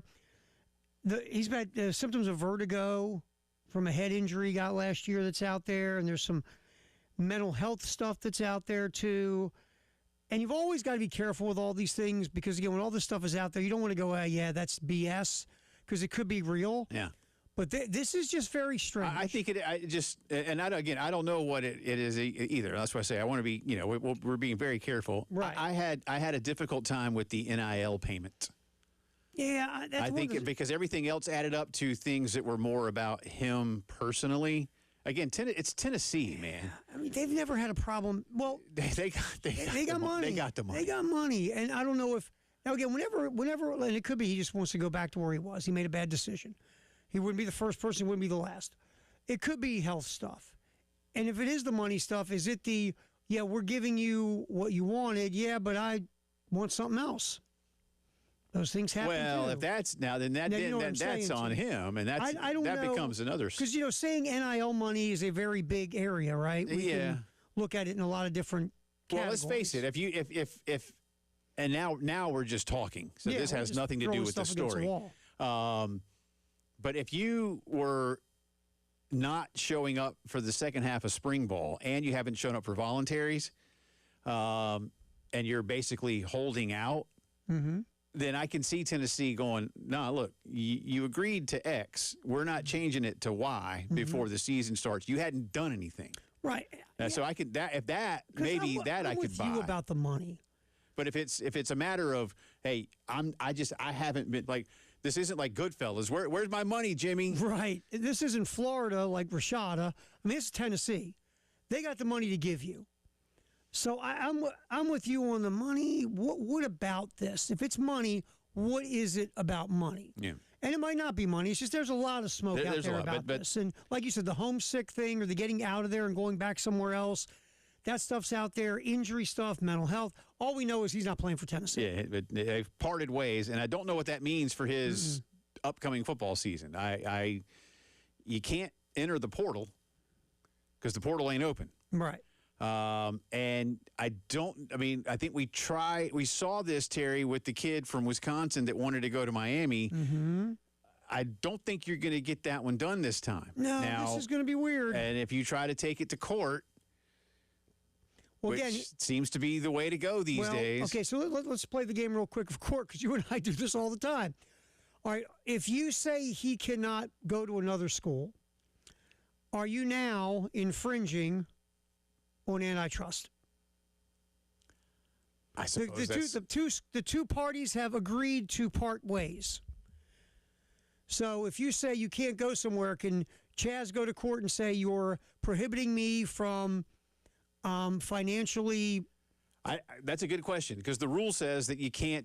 You know, I suppose that's if you're enrolled somewhere. I guess if you are no longer an active student, maybe you become some sort of free agent, and so in that case, maybe the rule would not directly apply to you. I mean, so here we go again with another kooky situation. Yeah, I don't know. I don't know, man. I don't know. Speaking of kooky situations, this guy can play. Yeah, he's got promise. There's no question. Yeah, he didn't. You know, he's young too. So, the L.A. Clippers in the second round of the draft picked Narcisse Nguy to play for them. He was the number 57 overall pick. He had committed to Auburn, and he will play for Auburn. He never officially entered the draft. He was automatically part of the draft because he's 22 years old. And so the Clippers basically now can still have his rights, but he's decided that he is going to go to Auburn, and so there's no problems there. You know what? Well, Auburn's going to pay him more money than a second-round pick would get. Yes, and even if you got Steve Ballmer's money right now. This is a thing, man. I mean, run that through your skull. We are in an era now of college athletics, Jay Phillips, where a guy can make more money going to a certain school that wants to pay that kind of money, and he'll get more than as a second-round pick in the NBA draft. That's where we're at. I mean, that's just I'm not saying like it, hate it, whatever. I'm saying this is where we're at now, that you can choose to go back to school because you can make more money than being a second-round pick in the NBA draft. And then, by the way, the second round contracts are not guaranteed. Right. Most of them. Every now and then you get a guaranteed one. Yeah, it depends on who you are. But and this kid's not getting a guaranteed unless they really love him and want to offer him a guaranteed not to go to Auburn. Right.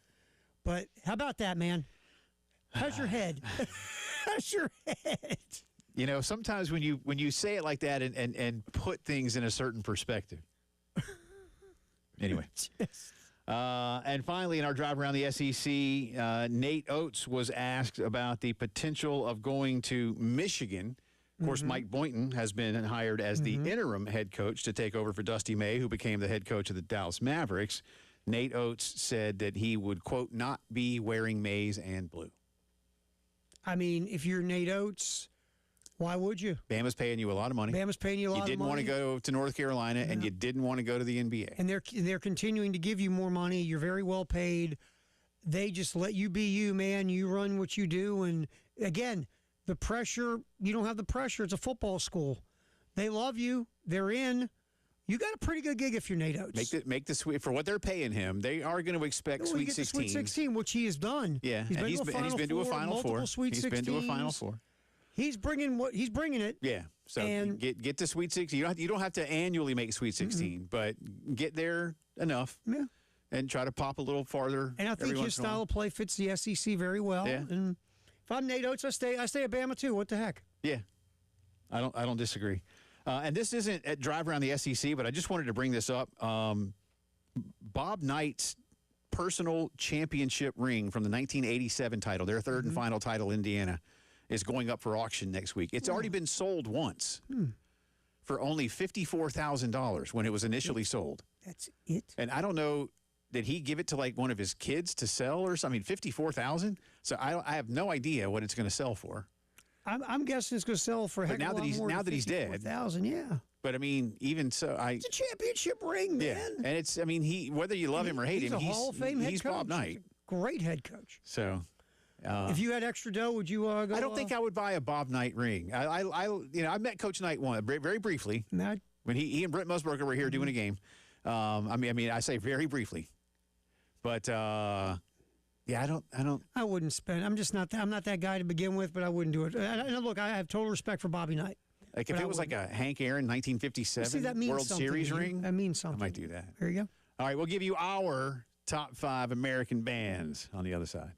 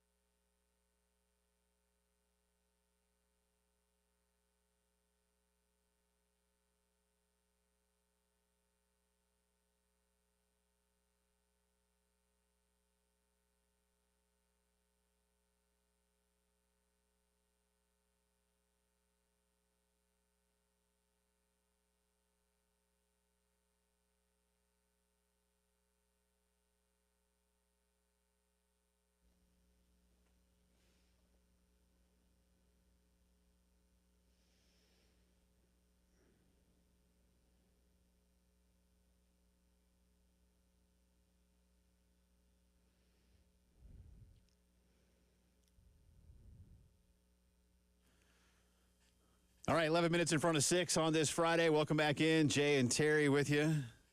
Having fun today. It's our first Top 5 Friday in a while. It's been a minute. It's a good one, though. No, it's been fun. And Haney and I likely did this particular topic, but as I said, It's cool to revisit. to start the show, I mean, you know, Michael's been gone 11 years. I blame him. And we used to do this. I mean, Top 5 Friday for a few summers was like our thing. It's cool to break it out, man. So it was good to do it again. All right, but now I want yours to go last because I want you to showcase yours last. I have two, but one is what because I asked for either best or favorite. I went favorite. That's the route I went. That's my official one. That's my. I'll go favorite here. Now I have a couple wild cards here. I'm gonna throw. I can't throw them in because they're not really a rock band, but I love Sublime. They're really more ska punk, kind of a little rappy. Okay. But I mean, Brad Knoll unfortunately decided in the mid '90s that he was going to overdose. But Sublime was really. I was a huge Sublime guy, but I can't put them in here because it's not really rock. Okay. And Bruce Springsteen, the E Street Band. I mean, and I look. You know me. I love Bruce. He's my favorite artist of all time. Okay. I always look at more Bruce than E Street Band. No offense, they're in the Rock and Roll Hall of Fame too. Yeah. They would be number one on my list here if I put in Bruce and the E Street Band. Why aren't you putting him in? They're your favorite. Because I don't know if it's Bruce. I agree with Cloninger. Is it more Bruce, or we want to? Is it Bruce? No. and E Street Band? So they're my number one. Bruce and E Street Band are going to be my number one. Okay, yeah, that counts. I love the Ramones like nobody's business. All right, yeah, I'm a huge Ramones guy. I know I know what they are. I know who they are. I get it. I was telling Dave, I go, my kids were young, and if a Ramones song came on, everybody was shutting the bleep up while I listened to the Ramones. The very Ramones loud. are incredibly influential as well. I they may love not the be the Ramones. most talented, but they knew what they were doing, and they did it in a time in New York City where it was hard to break through because there was so many things. Yeah, I like me some punk. And I'm not going to lie. I like me some punk. And there's a lot of rock in There's there rock too. in there, but I'm a huge Ramones. They fan. carved out. They did. They carved I out give them quite their props. quite a niche. I'm gonna give you another one from my youth, and the first two albums was just, it sounded so different to me as a young Terry Ford. Okay. Boston. Oh, Boston's. I love those two albums. Well, I told you, my guy Brian at Soda City, my vintage record guy, who is amazing, by the way. Go see Brian tomorrow if you want vintage records.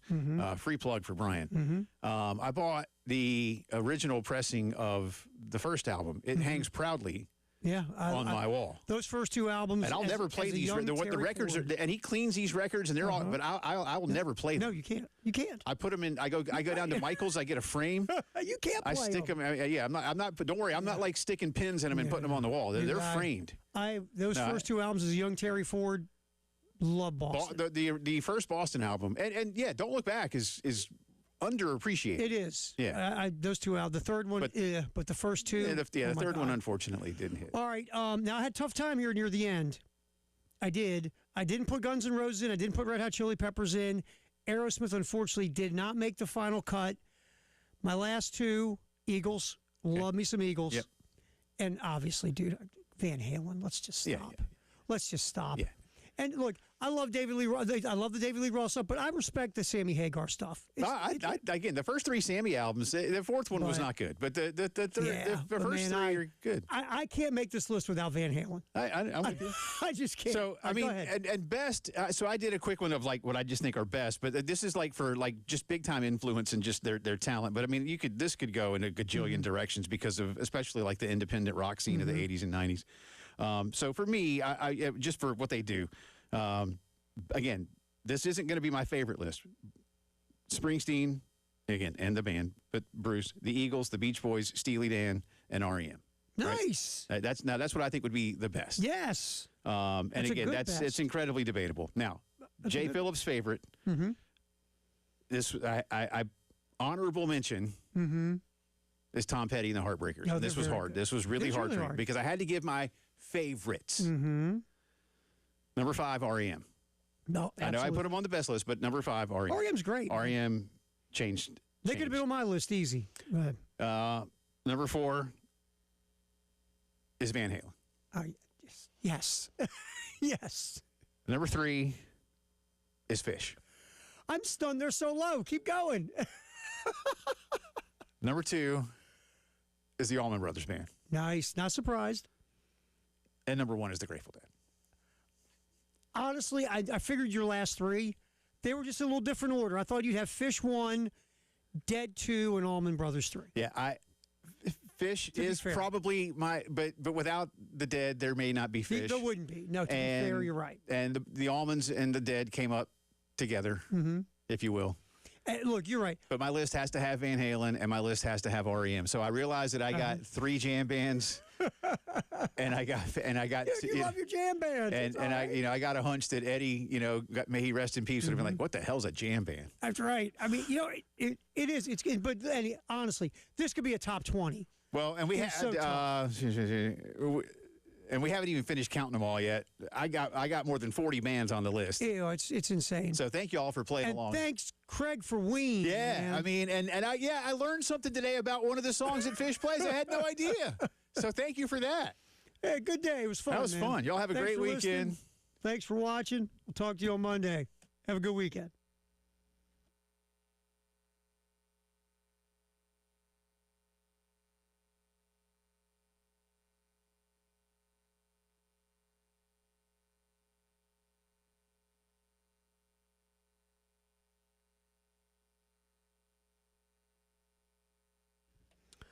CHW Cabinetry in Lexington on 2 Notch. And we, all the time when we talk about CHW Cabinetry, we say, it's wonderful, awesome work. They do high level stuff. You'll be very happy. But the most important thing is you want to be able to trust the folks that you are doing business with, people you hand your money to. Because your money matters. CHW Cabinetry, totally transparent from the get-go. Everything is right there for you. Photorealistic renderings of the work from beginning to end. Customer service, the best. They're there for you from the beginning to the end of the project as well. They will make sure you're getting it done to your happiness and your budget. Just call and have a talk with Star and her crew. 803-520-6837, 803-520-6837, CHW Cabinetry.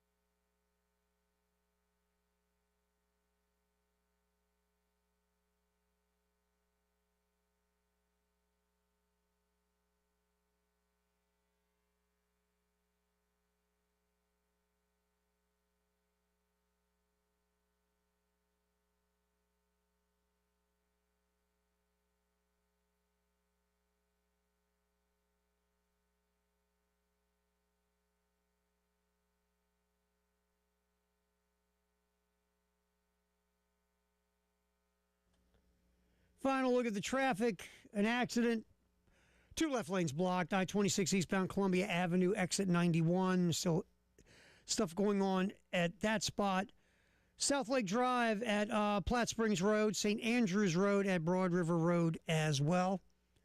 And obviously, we continue to have malfunctioning at Malfunction Junction and our typical construction. I-26 between Bush River and Old Sandy Run, I-20 between Sunset and Bush River, and Broad River Road between I-26 and Dutch Fork.